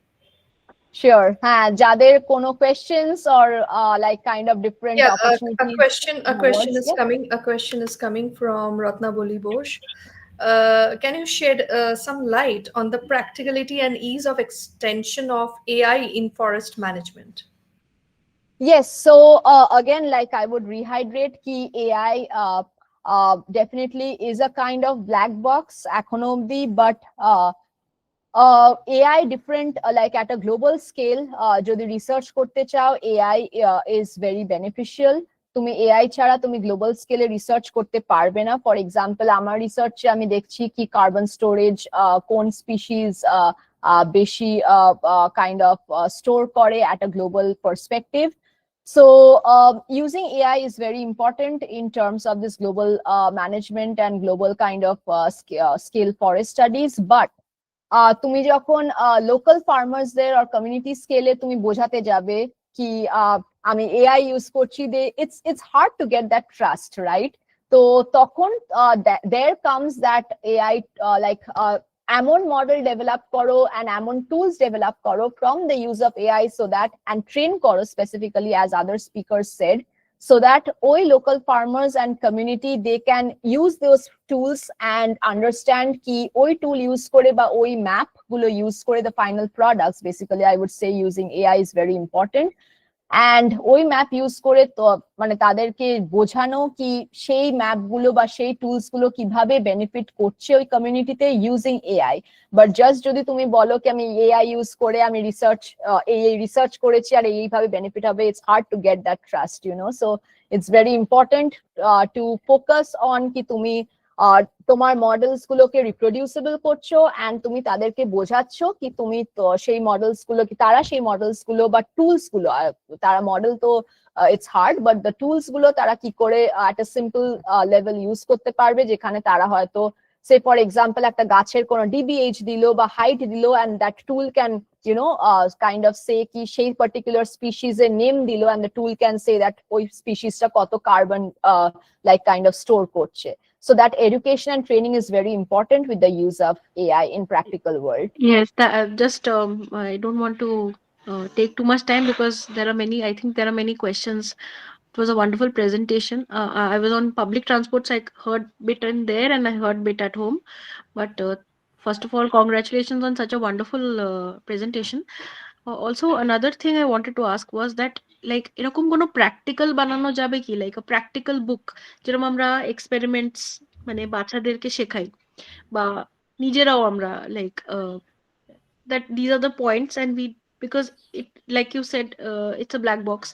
So now if I involve the community and I tell them okay now you need to use these tools, you need to plant say for instance Avicennia in this place and Avicennia here but not কেওড়া এখানে লাগানো যাবে না এখানে এটা লাগানো যাবে না, চয়েস অফ স্পিসিসটা আমি বলে দিলাম, দেন ওদের জন্য প্র্যাকটিক্যালি কি মানে এআইটাকে ডাম ডাউন করা যাবে, আমি সেটাই মানে জানতে চেয়েছিলাম আর কি আপনার কাছ থেকে।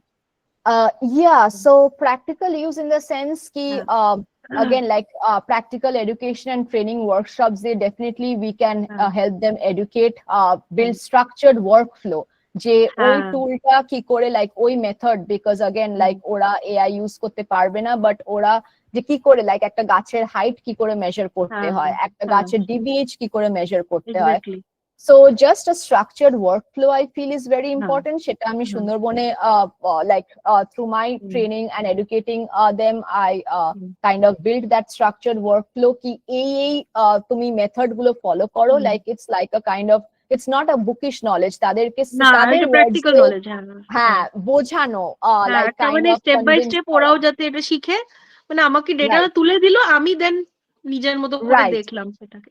right, thank you ma'am, thank you so much, thank you for you. answering my question. Thank you. Even Ratna Boli has done her PhD from Forest Research Institute of India. Oh, now okay. For an NGO, yeah. Nice to meet you, Ratna Boli. Yeah, same here, likewise. Thanks. There is another question from Shantika Raut. Is the technology for AI going to have more eco-friendly components in the future? That's hard to say for me at this particular stage, but I would say yes. But the use of AI is very important. For example, আমরা যে AI use করছি, it's very important to validate. Like even যদি আমি ধরে নিই যে AI এর মধ্যে ecology like eco-friendly technologies আসবে, it's very important that we validate those kind of predictions that the AI make. For example, we all know কি AI hallucinate করতে পারে প্রচুর বেশি। সো আমরা কিভাবে ভ্যালিডেট করব, লাইক যদি আমি ভেবে নিই কি eco friendly technologies can be integrated into AI and the AI can predict like kind of better. So আমরা সেই প্রেডিকশনস গুলোকে কি করে ভ্যালিডেট করতে পারি? One very important is the ground based knowledge, যেখানে আমরা কমিউনিটি লেভেল আর ফরেস্ট ওনার্সদের সাথে ডিফারেন্ট ভাবে কাজ করে the ground level kind of validation জিনিসটাও করবো, like predictions from the model, and then we validate those kind of predictions at a community level from the forest owners. So that is very important. And the other thing is AI use করলেও আমাদের জানতে হবে like eco friendly technologies যদি আসেও বা আমাদের জানতে হবে কি how to use that kind of method or technology, because all AI frameworks do not work in the same way. So basically using the right kind of AI tools and implementing them in the right way and validating those AI predictions is very important in the future, I believe. Another question, ecological services that a forest provide are varied. Are all different variants taken into consideration to avoid monoculture and required diversity in AI models? Sorry, can you repeat the question once again? Yes, yeah. Ecological services that a forest provide are varied. Are all different variants taken into consideration to avoid monoculture and required diversity in AI models? Yes, again, like AI models, specifically আমার research these specific like more the information I get, again I would say like AI ভালো perform করে, so I usually take into consideration like and again like the data, it depends on how much it is available to you. For example, আমার এই Korean like planted forest case study তে I use different kinds of remote sensing and satellite data which are publicly available as well, জানার জন্য কি how those ecological sites are kind of have a lot of information beyond like what is available as a forest data observation. So I believe like more information we get from the publicly available data and from like kind of interacting with the forest owners, better the AI would perform. So I would summarize by saying like in my current like kind of research studies, I take into consideration the various different factors to implement into the AI modeling framework.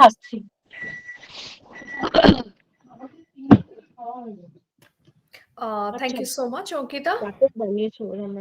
Yeah. I don't see any other questions. Thank you so much for answering all the questions.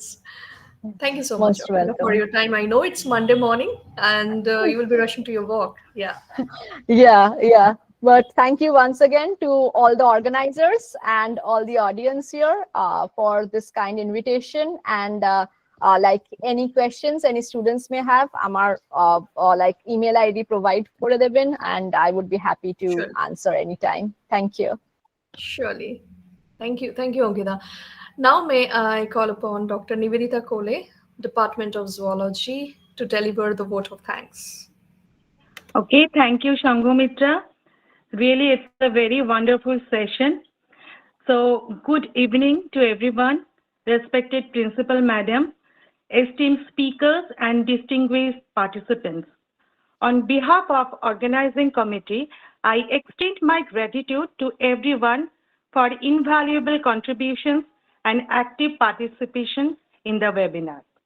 My earnest thanks to our Principal Madam, Dr. Shagota Das Mohanto, for giving us the opportunity to conduct such an international webinar. My sincere thanks to our esteemed speakers, Dr. Ritodi Chakraborty, Dr. Arnab Nayak, and Ms. Ankita Mitra for their wonderful lectures and sharing their valuable knowledge, which truly enriched and inspired us. My special thanks to our joint coordinators, Dr. Shanghamitra Basu and Dr. Sharanya Chakraborty, for their tireless effort, which made the event so successful. My heartfelt thanks to Mr. Tamugnu Roy for his excellent technical assistance. I extend my thanks to all the participants from different parts of the world for their active involvement and thoughtful questions. Once again, thank you all for your time and support. Thank you. Thank you, Dr. Nivedita, for the vote of thanks. I would request the participants to please check in the chat box for the feedback form. Well, with this, we come to an end of this enlightening session, and the insights given by our distinguished speakers not only deepened our understanding but also inspired us to envision pathways that are both scientifically rigorous and socially just. To our participants, your active engagement, thoughtful questions made this gathering truly international in spirit and impact. Let us carry forward the spirit of today's dialogue into our classroom, communities, and policies. The climate crisis demands not just awareness, but action. Action rooted in justice, equity, and of course, sustainability. Thank you so much. Good night, all of you.